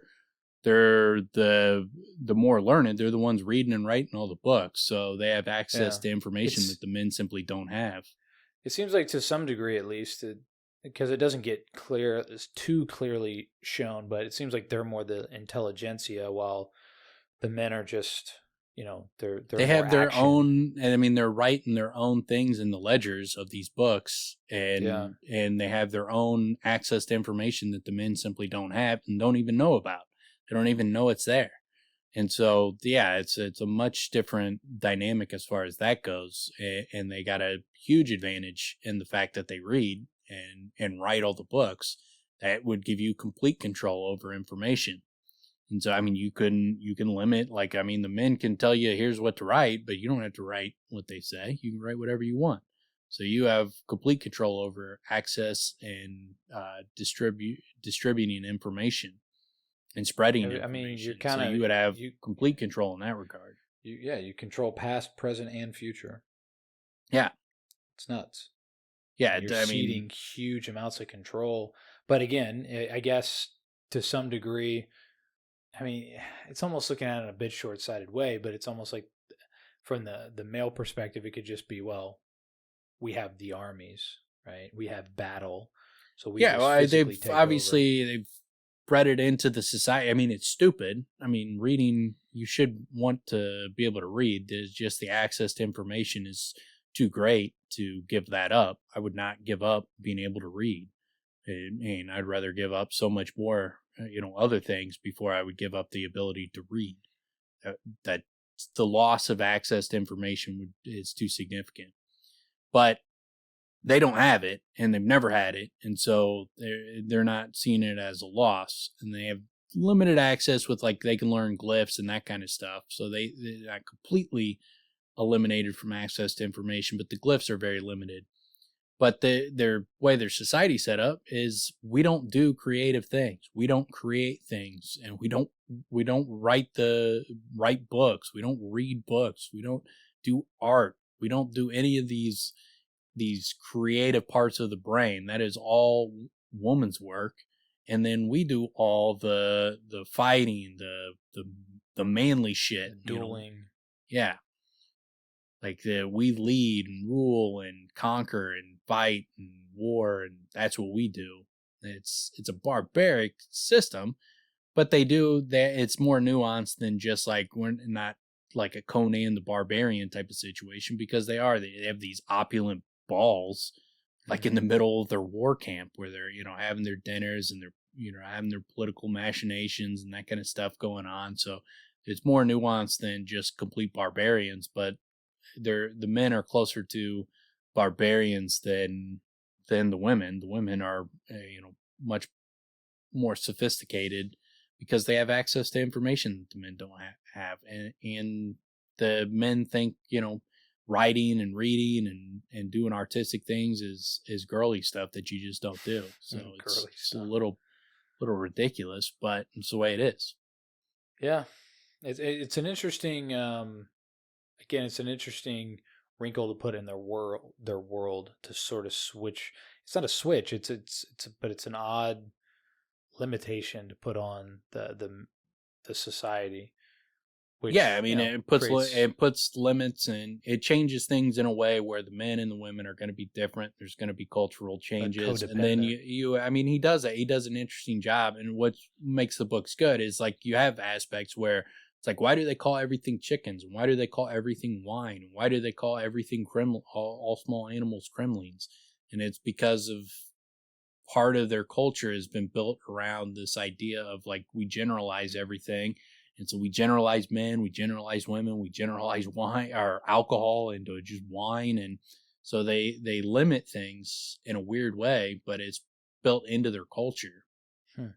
And so it's interesting to read about because it's completely different. I mean, there's plenty of books about us and how, people who are like us live their lives. It's because you still have the same dynamics that make a story interesting, as far as, like, the conflicts, the past traumas, and how to cope with those kind of things, and the political back and forth, and all these things, the tension that bring interest to the story. You still have that. You still need that dynamic human response to situations, but you also just introduce a completely different culture, which adds a little new wrinkle to it and makes them interesting. The same reason, like, we're covering the ADIM right now in Kingkiller Chronicles. That makes the ADIM interesting. They still have their human back and forth, and they still have their same problems, but their culture is completely different. And so it's interesting to read about a completely different culture than your own. It's really funny, man. It's come up a few times that, like, I wanted to do some hand signals because I was listening to, like, stuff on my headphones, and there's a bunch of alligators on the run I was going on, and some guy was trying to signal, that there were alligators over there. So I was trying to signal to somebody else, and I'm like, I don't fucking have like the ability to do one of the big chops like the Florida Gator fans. And in Florida, everybody knows what that Yeah. means. You just start doing the gator chop. I just kind of pointed, and except you get the wrong person, they're gonna run by like, yeah, go Gators, fall in and get eaten by a gator. I think they're mating right now or something. They're getting aggressive, but that came up, and then I did something. I think it was just I was moving my wrist around, and somebody's like, "What are you doing? Like sign language?" I'm like, but I did learn my first sign, which was bullshit, and it's fantastic. It's a great sign. I was with one of your brothers and one of our friends out here one time, and I'm riding in the back, and I was just kind of like reading something on my phone, like half listening to their conversation, and I caught something, and I was like, yeah, that stuff's ridiculous. Like, people will go into an area where there's a ton of danger, and I'm like, why would you do that? I don't want to go hang out near, alligators or things like that could kill me. It's like, I could see them on TV. I'm perfectly comfortable. And they're like, that's what we're going to do. It's like, what? I was like, why am I here? It's like, no one, you said we're going on a hike. I already don't like hiking in the woods. I don't want to go in the woods. It's not my thing. I like 4 walls and electricity. But I was like, all right, since we're hanging out and your brother was in town, and it's like, I'll go with you guys. But I didn't realize like they meant like we're going into this area where there's a massive amount of alligators.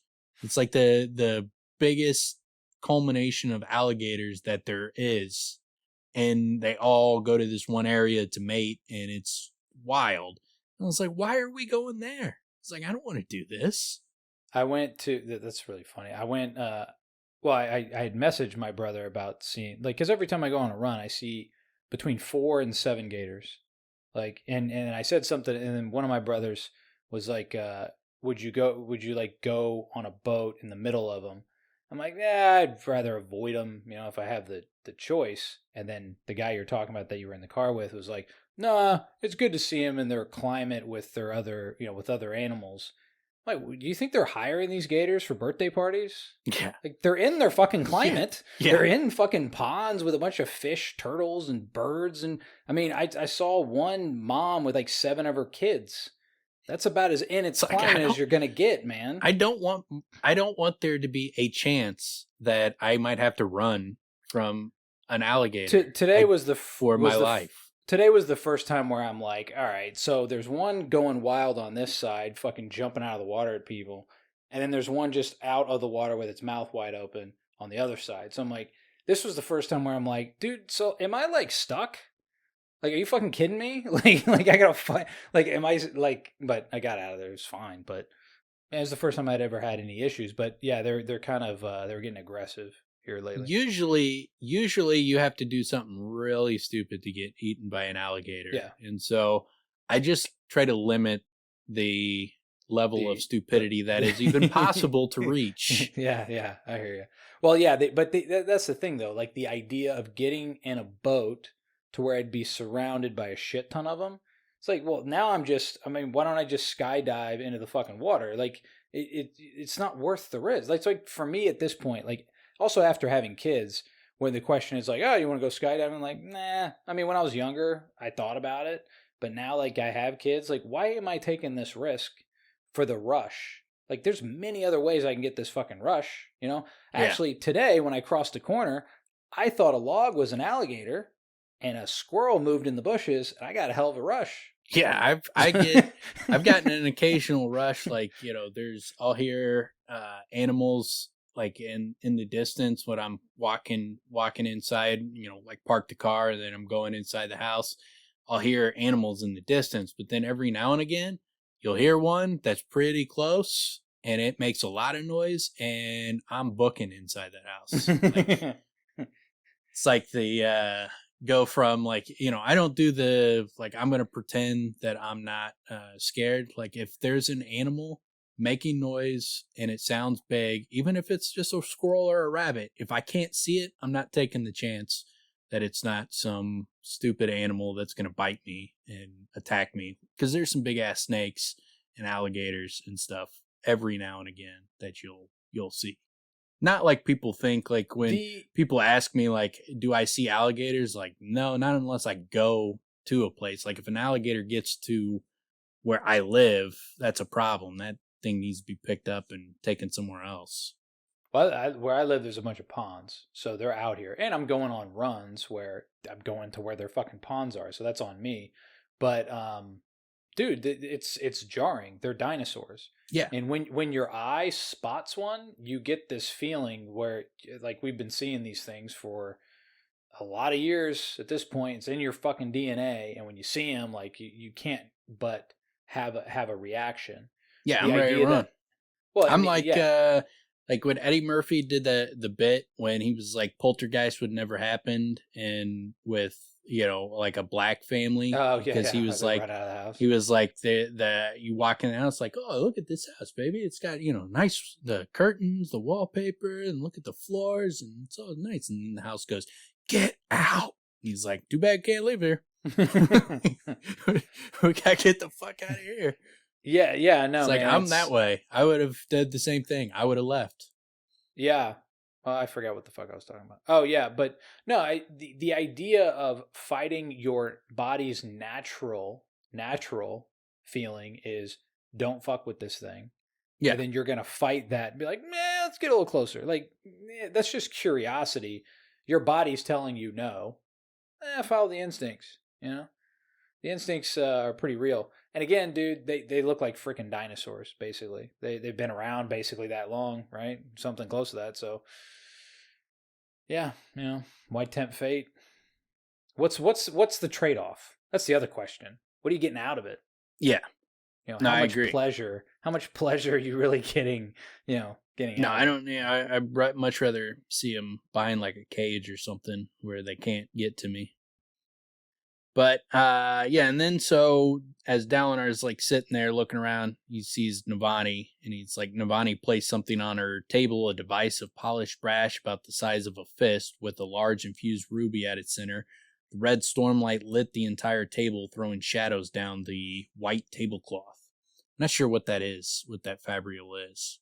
I have to pay attention because I can't remember if they explain what the fabrial is, but he doesn't recognize it. He starts to think, he's like, is that and then his thought process gets stopped. But I'm not sure what that is. But then I get the feeling that she this is kind of a normal thing with her. Like, she shows up with little trinkets. She comes up with little she's always into the new tech, and she's like, she would have the latest iPhone in this world.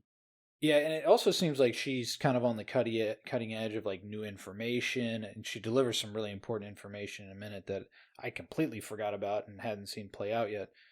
I like. Yeah, I mean, 100%. I mean, she is on she would be like the Steve Jobs type of a person. That's not necessarily building the fabrials, but like, hey, you should build this. This would be a good idea. And she's in the mix with it. And so she undercuts herself. She doesn't, she doesn't value what she does as highly as everybody else seems to.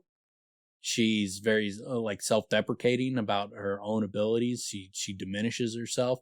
She doesn't have that confidence in that regard. But for the most part, though, she's on the cusp of everything new that comes out. She knows what the hell's going on. I like that Sanderson gave her those particular traits as well, because it does really make her stand out from Yasna.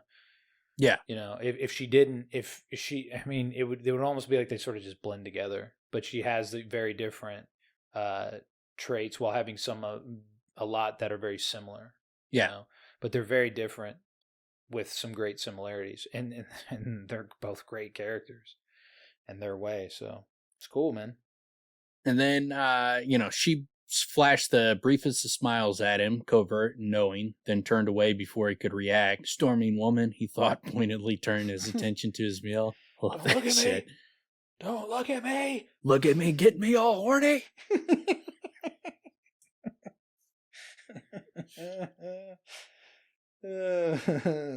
Yeah, then Adolin comes up and approaches him, and he's like, Father, have you heard what they're saying? About what? About you, I've fought 3 duels so far against men who describe you and our house as cowards. They're saying you asked the king to abandon the vengeance pact. And so I like the fact that Dalinar immediately like grips the table and starts to rise to his feet, Yeah. and then has to like calm himself. Like, no, don't kill anybody. Don't stab anybody at this dinner. Keep your food. Your knife is for cutting food, not slicing people's faces. I like that too. It for me, the way that I've been reading him, it sounds like, oh, so that's the Blackthorn instincts, right? Yeah. That he's been separating himself from. He's fighting his natural desire. Like, I mean, he's got a lot of base desires and temper, flashpan temper, and so, but he fights it. He's trying to be a different person, and so that's why he's so strict with the codes and those kind of things that keep him on the straight path and keep him from getting blackout drunk at the party and those kind of negative things that have negatively impacted his life. He's trying to rid himself of those things. I was gonna say, I mean, when you say blackout drunk at the party, it sounds like that'd be a lot more fun than what he is doing. And it saved his life, so Yeah, think about it like win that. one for the blackouts. And he gets Navani in the end, right? So yeah, he really did win, didn't he? Yeah, and then did you really do it? Adolin asks, is that you? Is that what you talked about at the meeting with the king 2 days back? And then Dalinar tells him it is, and he's like, Adolin starts to kind of question him, and he's like, look, man, do you trust me? And I like that Adolin's not like, yeah, I trust you. He's like, I want to. Storm's father, I really want to. But you're kind of looking crazy, man. Looking crazy. You're talking about not fighting wars. Like, something's wrong with you, man. That's what we do. We fight wars, and we don't flip out during storms and start talking in tongues. I do. I like Adolin's sort of energy throughout this chapter where there's a lot of like, man, really? Like, like he keeps coming like with that where it's like, man, why say these things? Yeah. But he's also, I mean, and he does point out like, man, you've really changed, which we've been getting that. But yeah, I mean, even in questions like, what if they are delusions? What if you're just getting old? And and he had 17 years with Dalinar, so it's not like this is how he's been Adolin's whole life. Yeah. This is how he's been as Adolin's becoming an adult. And so it would be jarring. Mm-hmm. Like to see this dramatic change in his dad. And then now he's not only changed like as far as like he's following the codes strictly and requiring everybody to follow the codes, but now he's like flipping out every time there's a storm. He's talking about leaving the war. It's like, what is going on with this dude? He's having the same fear. Like he grew up in this society. He's got the same feelings as like Elhokar and Sadeas and all them as far as this is what we do. We fight. Yeah, that's very difficult to deal with because like you just said, he's grown up in this society. If it was anyone else, he'd be like, what's wrong with this person? Now he is like that, but it's also his father, so he's still, there's the loyalty and allegiance there. But then on top of it, well, and Dalinar doesn't even have great responses for him. I mean, he's hearing voices in his head, and he's just like, why are you doing this? And it's like, because the voice is telling me to. Yeah, that's what I was going to say. And then on top of it, he's seen him in these high storms. That would freak me the fuck out. Someone you care about going through something like that.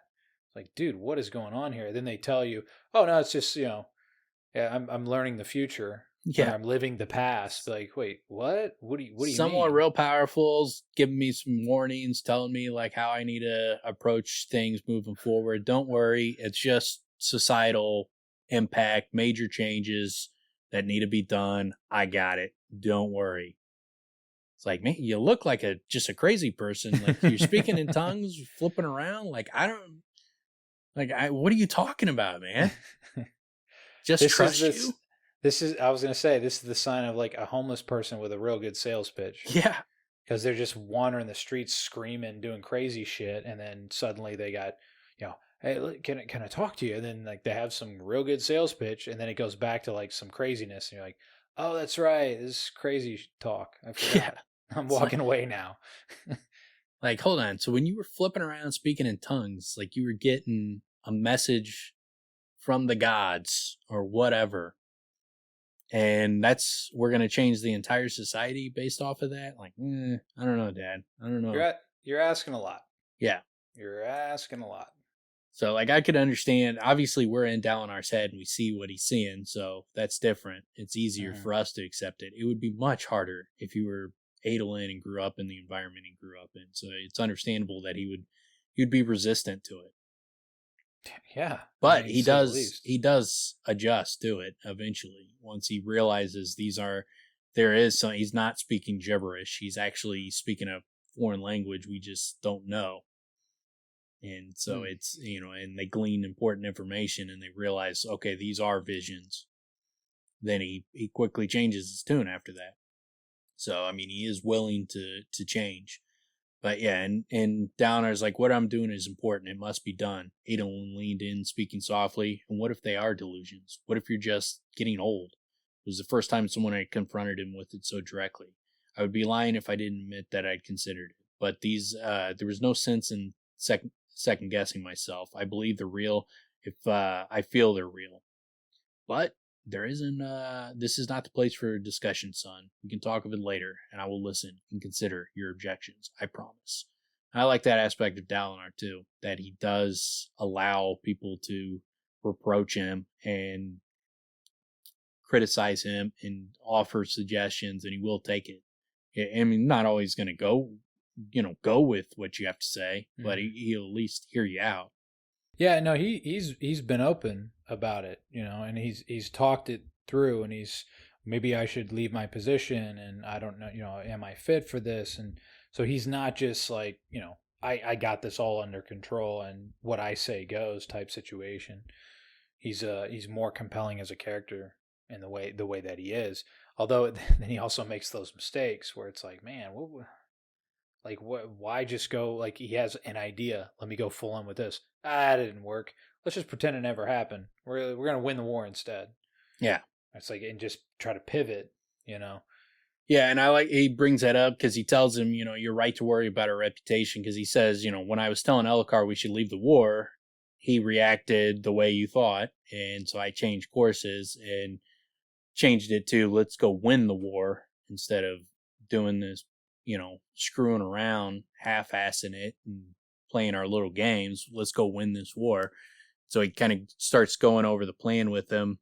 And I like that Sanderson kind of gives an explanation for why they haven't sought out the Parshendi location. I still think over 6 years they should have sent out scouts. I mean, maybe they have, and the scouts always get picked off because you do have the problem of you have to cross these things with bridges, and you got the high storms and that kind of stuff. So, the Parshendi probably can come out there and eventually pick them off. But you think you would send so many scouts from so many different directions that someone would get through.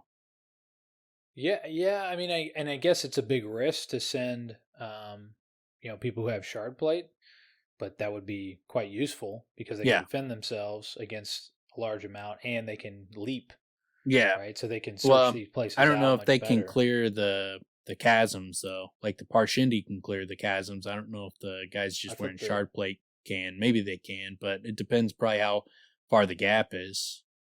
Yeah, well, yeah, I assume they could. I thought they could. I don't know. They might be able to. I can't remember, but I mean, well, I guess they typically use the bridges though, don't they? Yeah. Yeah. But I don't know, like if they sometimes can and. Well, the heralds can. Why don't they just send the heralds? That'd be easy. Yeah, or get the call them up. The surge binders, underlings, whatever you call them, the Knights Radiance. Yeah, just hit them up. I guess that's who I meant. The Knights Radiance. Yeah. Just hit them up with the the dial up. Like the Knights Radiance signal, like the bat signal. Just put that in the air, and they'll come and save the day. Well, they got the fax machine Fabrial, right? Yeah. So just do that pen, the magic pen. Just do that up, send that to the Knights Radiant reception area, and schedule an appointment. And it was a stupid decision not to do that, not to call them.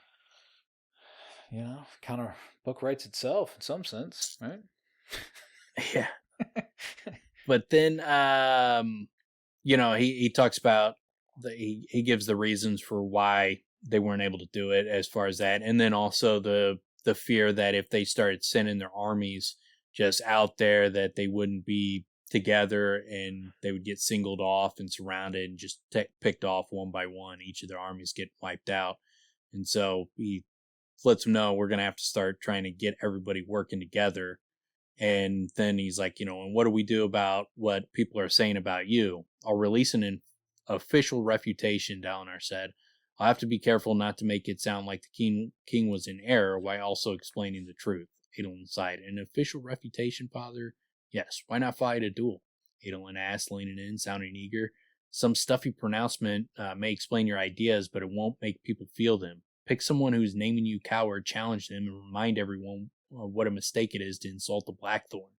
And so he's like, I cannot, Dalinar said. The codes forbid it for one of my stature. Adolin probably shouldn't be dueling either, but Dalinar had not forced a complete prohibition on him. Dueling was his life. Well, that and the women he courted. I like that aspect. It's like, say that's all he cares about, man. Fighting duels and hooking up with girls. He's like a teenage boy.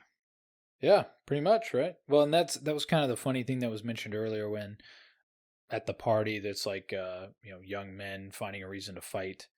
It's like very much a young man's game. Like I remember back in the day, like fucking getting hammered with friends and boxing. Yeah. Like I can't imagine you paid me to do that now. Like get drunk and then box a friend of mine. Like I don't even care box random people. Around, like just like have a big party and just like random people. We just start throwing down. Yeah. Like just put on gloves but nothing else and just throwing haymakers at each other. Yeah. It's ridiculous. Yeah. With strangers. Which so you don't really know. Even with friends, once somebody hits somebody in the face, and it's like, all right, well now we're actually fighting. Yeah, that's how it would end up being. It would be until someone got hurt well enough where they would quit, and yeah. So well, it was always pretty funny where like I'd put the gloves on with one of our buddies, and they'd be like, "All right, nothing like real hard in the face." I'm like, "All right," so I just kind of fucking around, a couple body shots, and then he hits me in the face, and I'm like, "Well, okay then. I guess that rule was off because you just severed the rule," and then just blasted out for a while, and then all right, well now I'm all sweaty and got punched a few times. I guess we just keep drinking. Like it's so ridiculous in retrospect. Yeah, but it's a different body, different type of energy level back then. Yeah, get some 20-year-old dudes hanging around each other and on their own for the first time in their lives and drinking and access to choices, alcohol and drugs and boxing gloves, and shit takes care of itself from there. Boom. Start breaking fences and shit. Yeah. But yeah, and then so Adolin's like, why not charge me with it? And he's like, I can't. He's like, it'd be the same as doing it myself. He's like, we got to follow these codes, and he realizes that it's the positive aspects of it, and Adolin's just not seeing it yet. He starts to, as the book goes along, you start to see him notice the differences when he looks at how some of these other camps are being run. And he's like, he starts to kind of see some of the benefits to it, but he's real resistant here. Yeah. And again, I mean, naturally he should be, one would think, his age, it seems unnecessary to, limit yourself in so many ways. Yeah. I mean, because if you can still do what you're doing, it's not like you have to always be on point. Although in Dalinar's mind, you do, because you never know when Zath's going to show up and start wrecking shit. Yeah. And I mean, he's the only one that makes sense to me. The one that would be like, we have to be on our game because there's this crazy assassin. We don't know what happened to this guy. We don't know where the Parshendi are. And he was with them the last time we when they assassinated Gavilar, he was with them. What if he shows up again? What if he's with them and they're just waiting? Like, we don't know what's going on, so we have to be on our guard. Like, there'd be no letting my guard down. I would be much more on Dalinar's side. Like, yeah, That guy's the one speaking sense. This partying shit, it doesn't make any sense to me. We're in the middle of a war. Well, and that goes back to, well, that also goes back to like, so what is it we're doing here? Are we trying to win this thing, or are we just gathering gem hearts to keep things going? Yeah. If we're actually trying to win this thing, then let's fucking go already. Stop half-assing like you were talking about earlier. I mean, it's a lot of half-stepping instead of going full on to, I mean, because if that's what we're out here to do, man, let's get the job done rather than live in limbo. Well, and he also, I mean, he brings up the fact too, like a lot of how this society's been brought together is through war and through fighting, forcing people to do what you want. And he's like, he tells him, brings up the story that Adolin says he's already heard twice, but he's like, oh, well, in that same section, there's a passage about the nature of forcing people to follow you as opposed to letting them follow you. We do too much forcing in Elithgar. Dueling someone because they claim I'm a coward doesn't change their beliefs. It might stop them from making the claims, but it doesn't change hearts. I know I'm right about this. You'll just have to trust me on that as well. And then, you know, what he should have said was like, you attract more flies with honey than with vinegar. And then not exactly the same. Everybody gets that. It's the same exact message.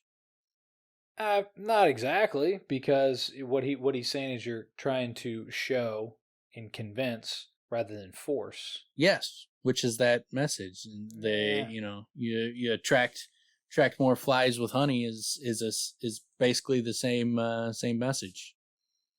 That it's better to get these people to come to you than to, you know, throw feces at them. Did you bescumber them? Bescumber. Yeah, there you go. I almost said besmirch.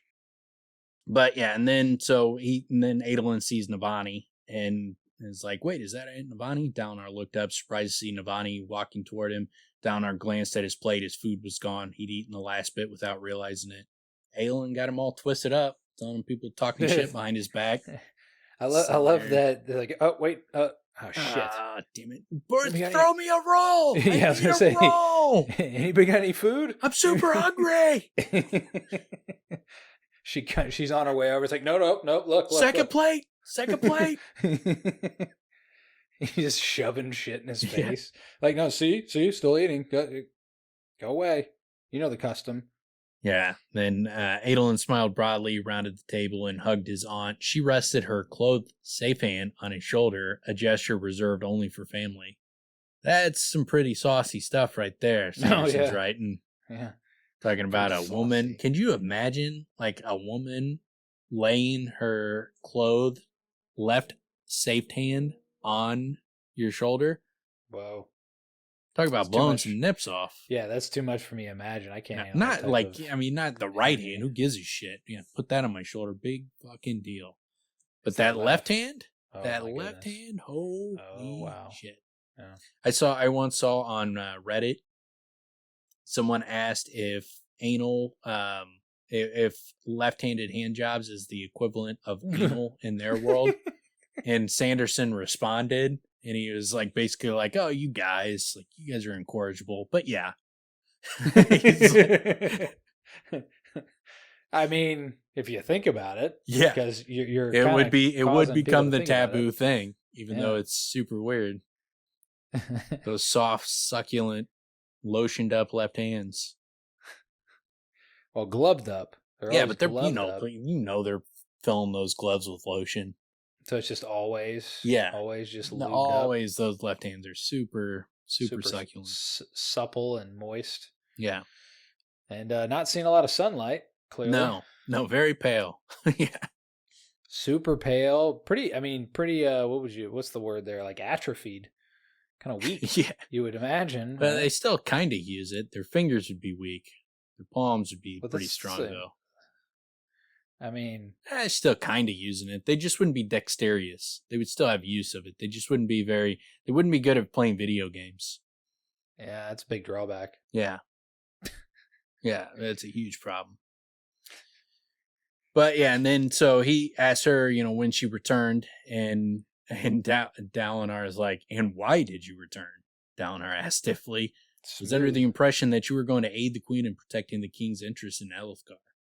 Oh, Dalinar, Navani said, voice falling. So stiff, as always. Adolin Adolin, dear, how goes your courtship? Dalinar immediately jumps in, snorts. He continues to change partners like he's in a dance that involves particularly quick music. Father! Dad! Hey, stop it. I do like Navani a lot. Her little quotes, good for you. You're too young to get tied down. The purpose of youth is to experience variety while it is still interesting. It isn't until we get older that we should be forced to be boring. It's good shit, man. Yeah, I mean, to an extent, once you start getting up in age to a certain point, your window starts to close, buddy. Yeah, that's the point, though. That's what she's saying. Until we get older. I know, but he's starting to get towards that cusp where, especially when you think about they're a little bit older than us. So is he 20 or is he 18? I can't. No, Renarin is Kaladin's age, and so Kaladin is 19. I think Adolin is maybe 23 when the first book comes out. I remember as a young man sitting with my uncles, and I remember he might be 25. Adolin's either 23 or 25. He's at that age where he should start move if he wants to be in a committed long-term relationship. Otherwise your options are here's the thing though, because he's a high prince and he's in a powerful position, he's probably gonna have options open for him for a long time. So she's probably right with him. But with other people, once you start getting into your mid-20s, it's either start going for longer committed relationships, or you're gonna run out of time pretty quick. I remember sitting down with my uncles when I was quite young, and I just remember hearing wife, kids, family, all great, no regrets. I do remember hearing, what was the big damn hurry? I heard that a few times. What was the big damn hurry? So I was like, biology. Okay. That kind of sat in the back of my mind. Where it's all right, take your time, basically. Yeah. Well, there's gets to a point where you start getting older. It's if you want to have kids, yeah, you only got, and if you want to have kids with someone and you didn't meet 6 months ago, gonna have to start a little sooner. Yeah, otherwise it can get a little dicey. The way that I look at it, and kind of the point of that youth, is figure out what it is that you want. Correct. Yeah. The most important thing that I have found is temperament. Seems like Adolin, though, can match up. He's not been having a lack of party time. No, it seems he's been on about a 7-8 year run of partying with women and hooking up with a lot. It's it was probably about the time for him to start moving towards something more serious. Otherwise, he's just going to become a flippant fucking playboy his whole life. Well, his most recent dates aren't really too great. He's not he's not really sweeping people off their feet, taking them to his daily tasks, taking them to the laundromat. Yeah, taking him to work and then to go see the priest. I got confession real quick, and then after that, we're gonna go do some laundry. It's gonna be great. I'm once I'm done with all my chores and stuff, I'm completely willing to for me and you to go have sex or something. If you still want to. I love the idea that it's not ahead of time. So I got a bunch of stuff to do. Then we can get together. Yeah. No, let's get together. Yeah. I do have a bunch of stuff to do today, but it'll be cool. You'll come with me and stand there and watch. And a lot of times you'll be by yourself, but it's cool. You'll just sit there and be quiet and look at the church. Church is nice. It's romantic. Yeah. That's what where I look at it and I'm Navani's advice is good advice, maybe not the greatest advice for Adolin, considering he's already been living that life. He doesn't need to be told to keep partying it up and stay wild. I can see also her delivering that, also knowing who Dalinar is and what he's typically hearing. So maybe her idea with saying that is just give him something else to hear, because he's going to be getting the guilt trip type thing from Dalinar. Dalinar done it twice. He doesn't even really like he doesn't even like really pay much attention to it. He's just like when he hears this stuff, he just basically shakes his head. He's not like busting his chops or nothing, telling him like you got to get married and settle down. You know, he's not really getting that kind of pressure, and Adolin doesn't seem to feel that kind of pressure. Like he's more just getting annoyed with being mocked all the time about how many partners he's changing. But it's like, well, stop rolling through the whole fucking war camp, man. Like, tearing through there's only so many girls in these war camps, buddy. Gotta run out of partners. Yeah. Well, they just deliver them, apparently. Shallan comes from, wherever the neck of the woods. Yeah, Shallan is definitely what Adolin needed at the right time. Yeah. But yeah, and then so he leaves Dalinar and Navani together, and she looks down and she's like, am I that much of a threat, Dalinar? Because he's still sitting there gripping his knife. A wide serrated blade that could double as a weapon in a pinch. And I like that he's in his head. He's like, compose yourself, he thought. She's just family. Every time he spoke with Navani, he felt as if he were facing a predator of the most dangerous breed. He's like terrified of her. It's hilarious. He's very awkward. Yeah, he's quite awkward around her. He's in such control and so composed in every other situation. He might get frustrated with people, but he doesn't get thrown off. With Navani, he becomes like a little boy. Yeah. Yeah, that's exactly right. It's hilarious. But yeah, and then it's like Mathana, Dalinar said, realizing they were still standing on opposite sides of the narrow table. Perhaps we should move too. And then like Navani's just like, nah, screw that. She's like, hey, bring up a chair. Like, all right, I won't sit at your table, but I will sit on a chair in front of your table. Like, so it's like just completely toeing the line as close to it as possible without fully stepping over. I like that that Sanderson shows as far as even the kid with the chair comes over and hesitates and she's like, no, fucking here, put the fucking chair down. I sit where I want to sit. And then, she sits, but he even goes as far as mentioning that like nobody really stops her from doing what she wants to do. Nobody else would do this. Yeah. And so she sits down and she's like, I came back for 3 reasons. The first was, she said, I wanted to bring word that the Vadans have perfected their half shards, as they call them. They're claiming the shields can stop blows from a shard blade, which would be a major advancement. That's huge. Yeah. So I don't remember. I mean, I'm not all the way through book 2, but I haven't heard this mentioned again. No. And I expected when I read this, I'm like, I stopped for a minute. I'm like, I don't remember hearing anything about this. I remember hearing Parshendi with shard blades, and even shard plate, but not this. This is very different, and it sounds like the way that it's described. It's like sounds like something that could be mass produced. Or at least kind of insinuates that. Yeah. Yeah, I mean, that would be a major game changer. Yeah. And he's like, have you seen one? No, but I have confirmation from someone I trust. She says they can only take the shape of a shield, but don't lend any of the plate's other enhancements. But they can block a shard blade. It reminds me, it's similar to like his shard plate versus the shard plate of the people the Knights Radiant that he sees in his vision, where it seems like theirs is more advanced. Then his shard plate seems to be more advanced than the little shields that they're making. But if they block a shard blade, that's a game changer. Mm-hmm.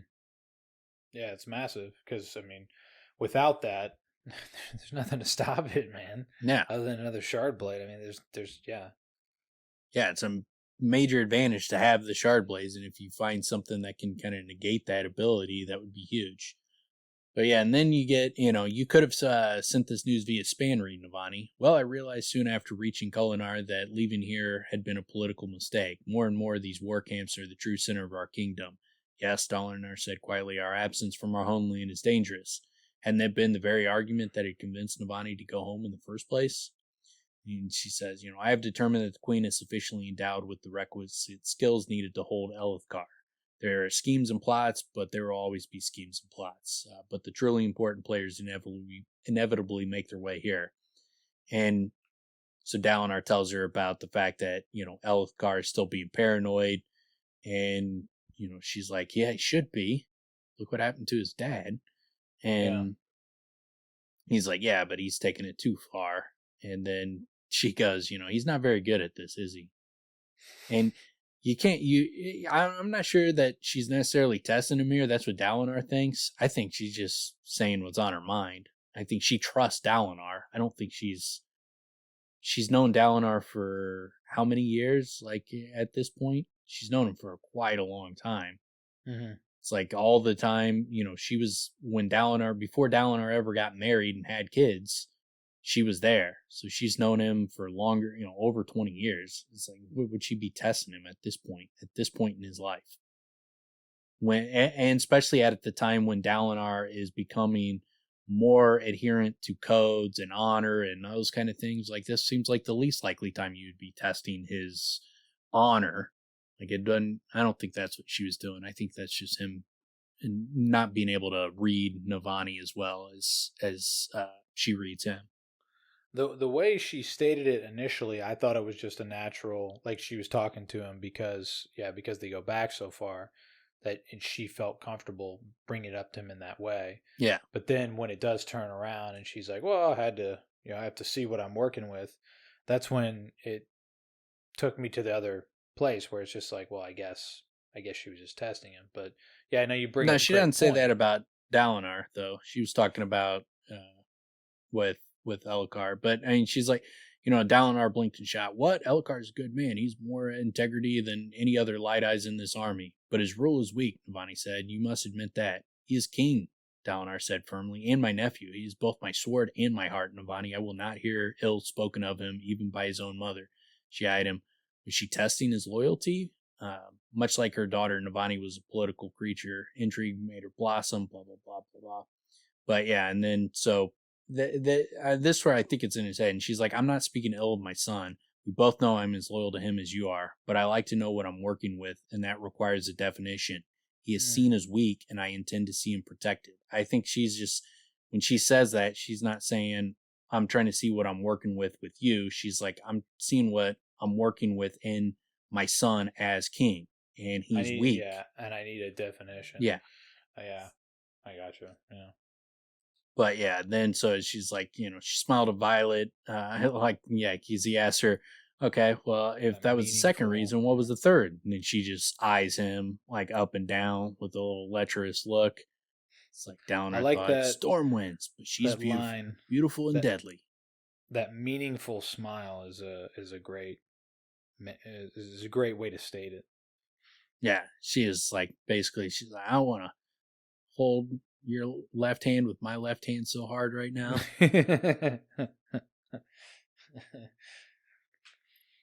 Yeah, put you out of that teddy. That's what she's thinking. Although he's not wearing a teddy. I was thinking the wrong.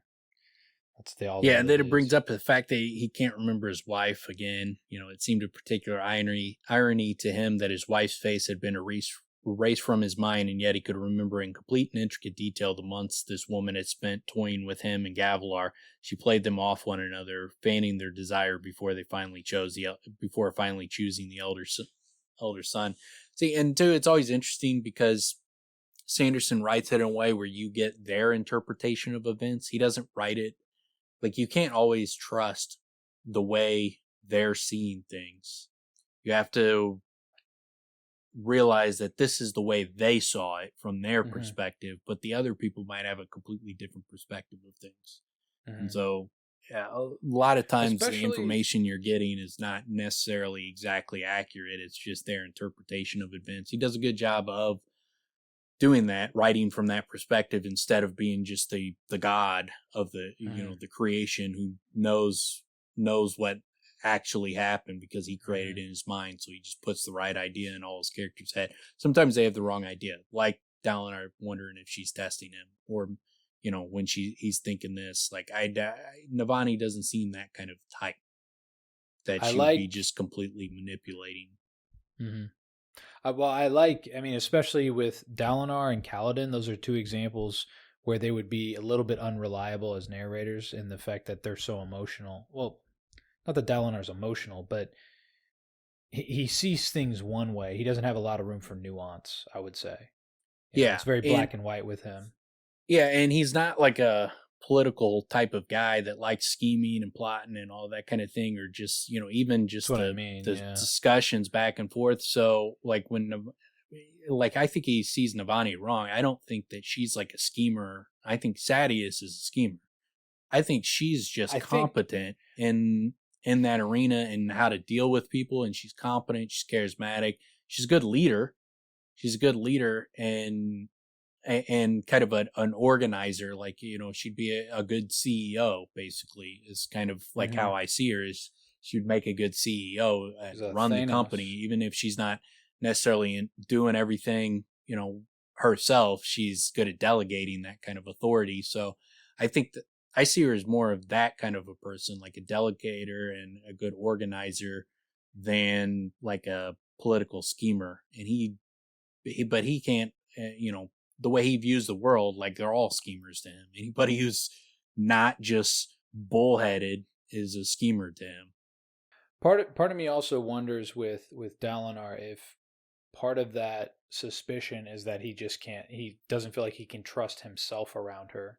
So it puts him more on edge. Yeah. You know what I mean? Like I like when things layer like that, because that's how people are. It's their own, what is that?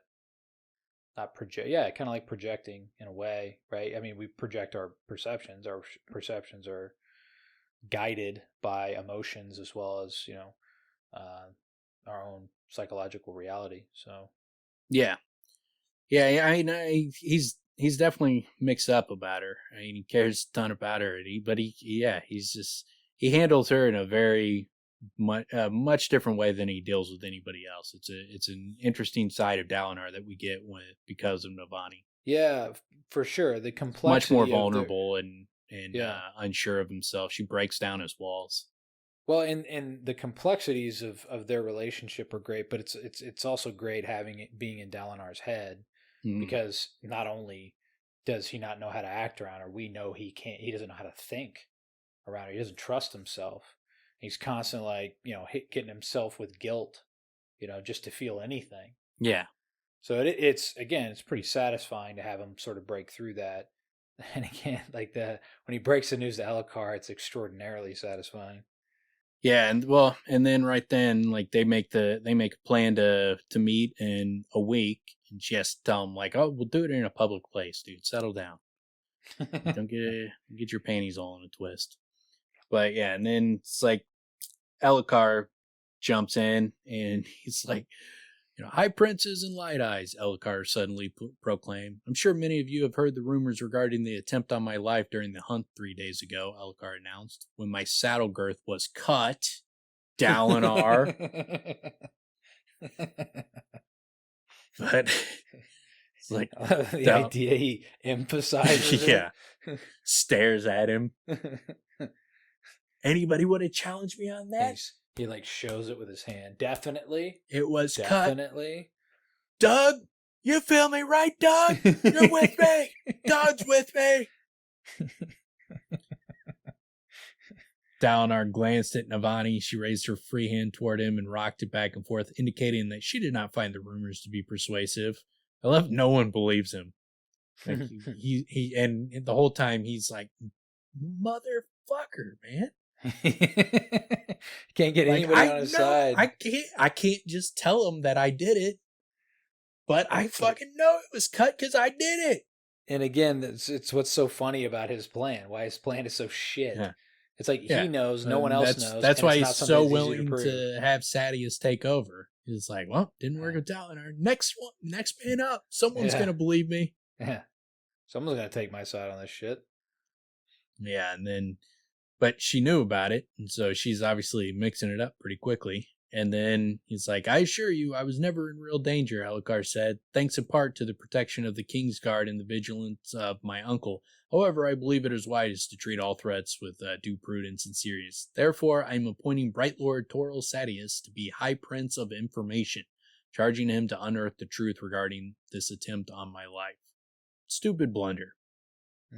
Doesn't end up backfiring that big on him, given the course of events that go, but it sets up Dalinar. Initially, there is a lot of people that get killed because of the ultimate ultimately what happens, but doesn't blow back on Elhokar so much. Initially, this is a huge backfire towards Dalinar, where it's like, if you put this idea in his fucking head, and you created this circumstance, and Sadeas outmaneuvered you, so you lost the chess game, basically. Yeah, and I like the fact that, like, Navani is like, well, it's not that big of a deal. Like, I somewhat trust Sadeas, and and it's good that he puts those kind of things in there. That it's not that Sadeas has always just been like this guy you can't trust. It used to be like this guy was in their inner circle that you could trust this person. It was only until once Gavilar got killed that the fracture happened. But he does a really interesting thing with Sadeas where he plants it, because he mentions these types of things a lot, but he's in the inner circle. I mean, he's there. He's one of the main high princes, so he's embedded in their group. Yet he's been pushed to the exterior, and there's a lack of trust between them. There's these different attitudes and problems between Adolin and him, and so it's that energy is definitely it's volatile, and then as it moves on, it gets like he gets closer and closer. And as soon, I remember I sent you a text where I'm like, so Sadeas is starting to look like he's kind of a decent dude, and then boom. Yeah. That was like right after that he betrays him. Yeah. Like, he does a good job of eventually getting you to kind of start to trust him and then think that that's the route it's going to go. But he betrays him in a brutal way. Yeah. And then says, you should thank me. Yeah. Yeah. I did it for you. You're welcome. And I did it for everybody. You're welcome. Yeah. Ingrate. Oh man. Going back, storming back, and he's like, I can't do anything for that guy. Doesn't respect any of my great choices for him. Tried to give him a good death, and he's being a big jerk about it. Yeah, and then, but yeah, I like that because then he has to explain it to Navani. He's like, look, it's happened under a hunt I planned. All my people, all my guards, my crew checking, my groomers and that kind of thing. And so I was looking into it. I was investigating this, and he just took it away from me and gave it to Sadeas. This makes it look like he doesn't trust me and that he thinks I might have something to do with it. And so, then she's like, oh, well, see, now do you see? Now do you think that he might not be a good king? See what I was saying? Yeah, and so and then it goes back to him thinking about like the vision telling him that he should trust Sadeas, which the vision did not tell him that. But Mr. Vague Book guy fucking set him up there. It's again that's one of the big reread payoffs as well, where it's like you keep getting these reminders. Because I remember the first time through, it's like it. Not that you fully wholeheartedly believe it, but he keeps saying it is. He keeps reiterating that it is. So it's like, well, I guess it is, isn't it? Is it? Yeah, you don't have a lot of reason to question it. That it's not something where it's completely obvious that the thing is not talking to him. That it's a recording. He never asked him. It would have been revealed. Would have been revealed if he would have said, "Hi, my name is Dalinar. Who are you?" I would have. Well, he does ask. He does ask you, who are you and that kind of thing. But he doesn't get answers. But regardless, I wouldn't have thought that the message, if it was a message, that it wouldn't be explained. It's a message. It wouldn't even occur to me that the first thing the thing would say is like, "Hey, this is a message, by the way. We're not having a conversation. Just listen to what I'm saying and try to gather the meaning out of it." Seems pretty important in retrospect. Yeah, it does. It's like, or to end every message. That wouldn't even occur to me. Because that would be my first instinct, would be to make sure the person knows that we're not having a conversation here. It's a message. I'm a voice, but I'm not here. So what you do is you end each message with message over or whatever. Yeah. Message ended, and then beep. But yeah, and so message. Elhokar seemed oblivious to what he had just done, And then you got Sadeas smiling broadly. He rose from his place, bidding farewell to the king, then began mingling. And Navani with her, you still argue he isn't a bad king? My poor, distracted, oblivious boy. But then, Dalinar comes up to him, and I like Elhokar. Dalinar, I suspect you'll want to give Sadeas your aid. It's like, you're a dumbass. I'm not up here for that, you idiot. Stupid idiot. No. It's really funny. Know what I'm going to do? I'm going to hook up with your mom, and I'm going to throw it in your face. How about that? You wait for it. It's coming. No. This is when they say, I'm going to get you back. You just wait for it. It's a slow play, but he gets him back in a big, big way. Yeah, definitely. And then, he tells him, I just asked to be the High Prince of War. You said it was too dangerous. He's like, it is. But Sadeas, I spoke to him, and he agreed. Convinced me. The High Prince will never stand for someone being put over them in war. Sadeas mentioned that if I started something less threatening, like appointing someone to High Prince of Information, might prepare the others for what you want to do. And he's like, Sadeas suggested this? Of course, Elhokar said. It's time we had a High Prince of Information, and he specifically noted the cut girth as something he wanted to look into. He knows you've always said you aren't suited to these sorts of things.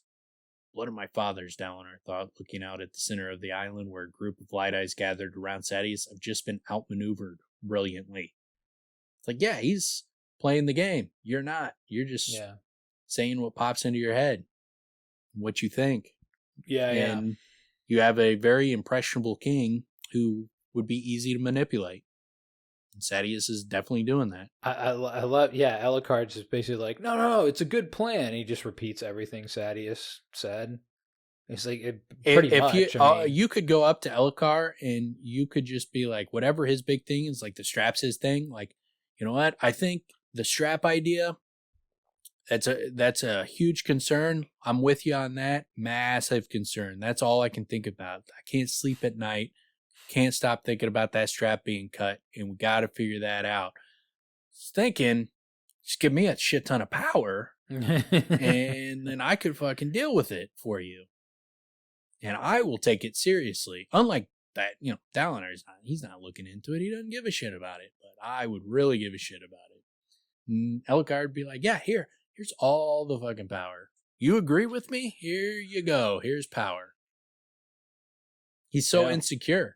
He's so insecure that if you placate his ego, he's gonna give you what you and he also closed off like his objections because he's like, he did also say, because clearly Elhokar is like, but Dalinar said I should make him High Prince of War. It's like, that's not gonna sell.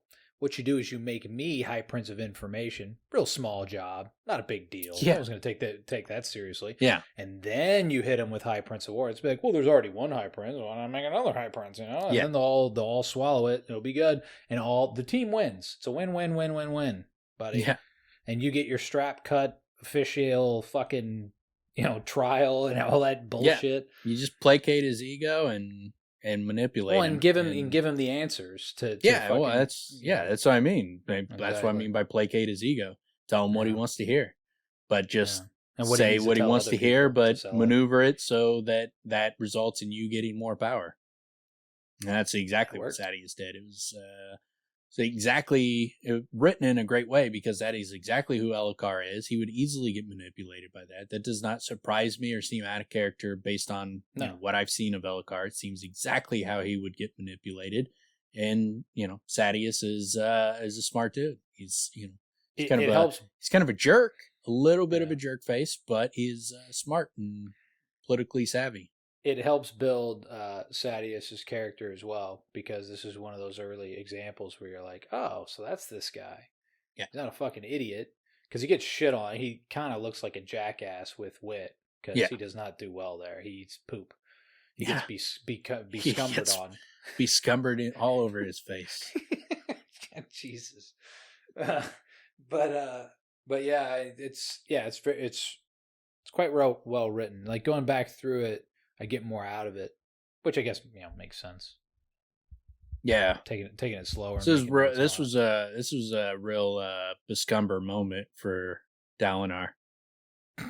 Bescumber pants moment. So, he shit his pants. He kind of blew his mind, so blew his pants out. So he bescumbered in his pants. Yeah. And It's a Bescumber pants moment, man. See, the thing with Dalinar, though, knowing Dalinar, he doesn't use Doug. Dalinar gets in there himself. Yeah, he's getting in there and cleaning that stuff up himself. And not only is he doing it... He probably is like, you know what? I would be the one to clean that up. So I'm just not going to shit in my shard plate. Just not going to do that. I think he does it, and he curses himself and says, "You're a filthy, disgusting animal." Dalinar would hold it in until he got so constipated that it killed himself before he would shit in his shard plate and have someone else clean it up, or take a dump on a battlefield and have someone wipe his ass. Yeah, I could see that. So he goes out like Dalinar seems the type that would just hold it in and just until his like colon couldn't take it anymore and he died. He's just like, honor, bro. Look at all the honor sprint though. Look at all the honor sprint. Yeah, but look at all the constipation sprint, bro. But Doug loves him. Doug loves Dalinar. Dalinar is his favorite by far. Yeah. It's like, the rest of you guys are jerks, but that guy, he's got honor. Yeah. Like if Kaladin needed to talk to Doug, because Doug would have set him straight, like, no. I get it. All the other Light Eyes, I agree with you. Assholes. All of them. They're a bunch of jerks. They make me clean up their shit, and they laugh about it and make jokes. Dalinar, though, is the man. That guy, he doesn't shit in his shard plate once. Yeah, he does it right. Keeps it honorable. And then he's all, well, maybe that's part of why he's so, he's all, rigid and stressed out as he he needs all that poop out of him. He needs to relax and bescumber his shard plate. He needs some bescumbering somewhere. Jesus. Yeah, bescumber every now and again, man. Just you can't go live a bescumberless life.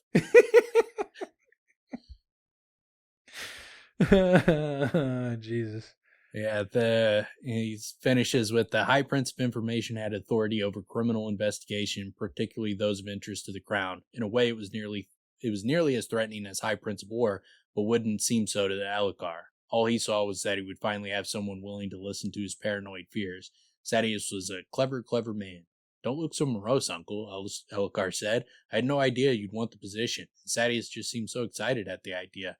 Perhaps he'll find nothing at all, and the leather was simply worn out. You'll be vindicated, and always telling me that I'm not as much danger as I think I am. Vindicated? Dalinar asked softly, still watching Sadeas. Somehow I doubt that is likely.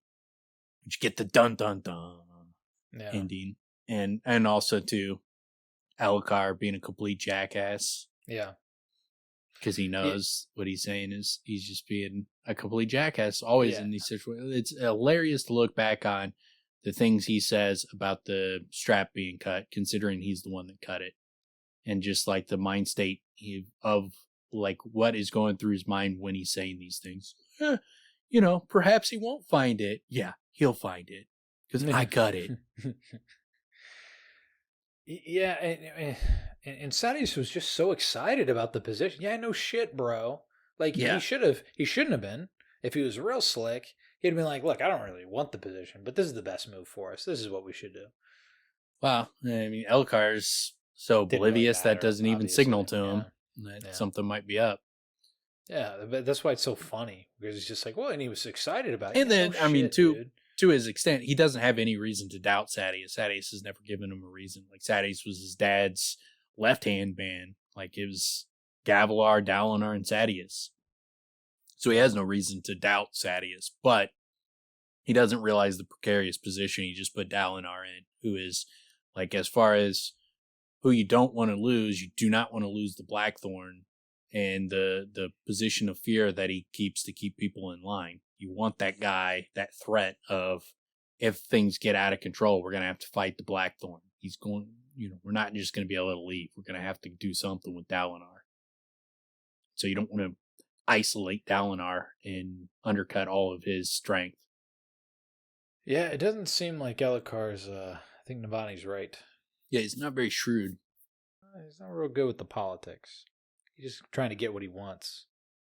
No, but so what do we got next week? We will have a Kaladin chapter, and it'll be it's more of him and Rock and Taft kind of getting to know each other, and they start collecting the sap, the milkweed sap.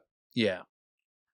So, but it's a lot of you kind of get some of the backstory on how I think it's the chapter where you get Rock fed Sadeas shit soup. He bescumbered all over his soup.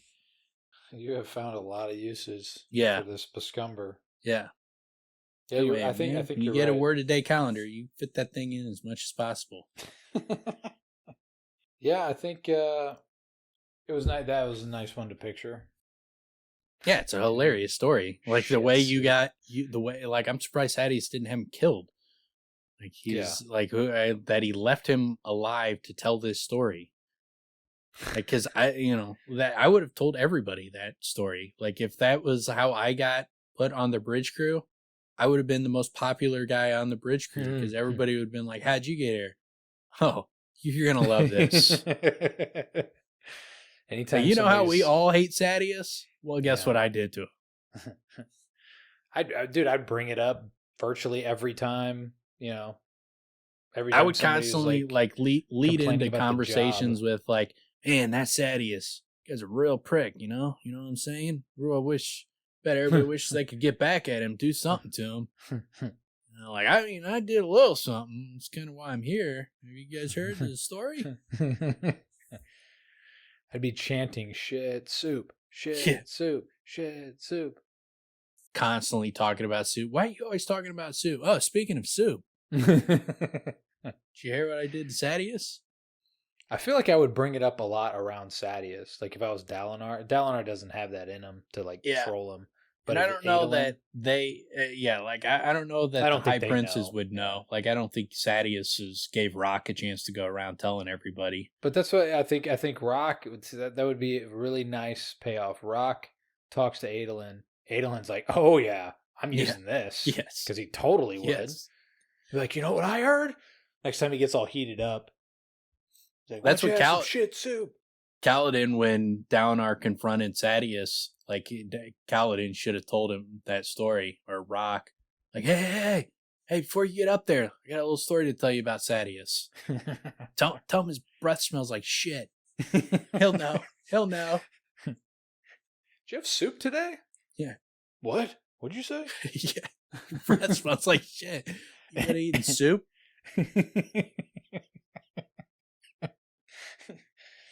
Oh man, it's such a great way to low key if I can throw that in his face. I gotta say, this is know who you would tell. You should tell Wit. Yes, well, that that would never. I mean, he would consistently hit him with that one. This is definitely looks like I stepped in a little cow dung today. Does that make you hungry? I get your mouth water in there, Sadeas. We will jump into that and some more Kaladin, Teft, and Rock in 2 weeks. Right on. All right. Peace out. Yep.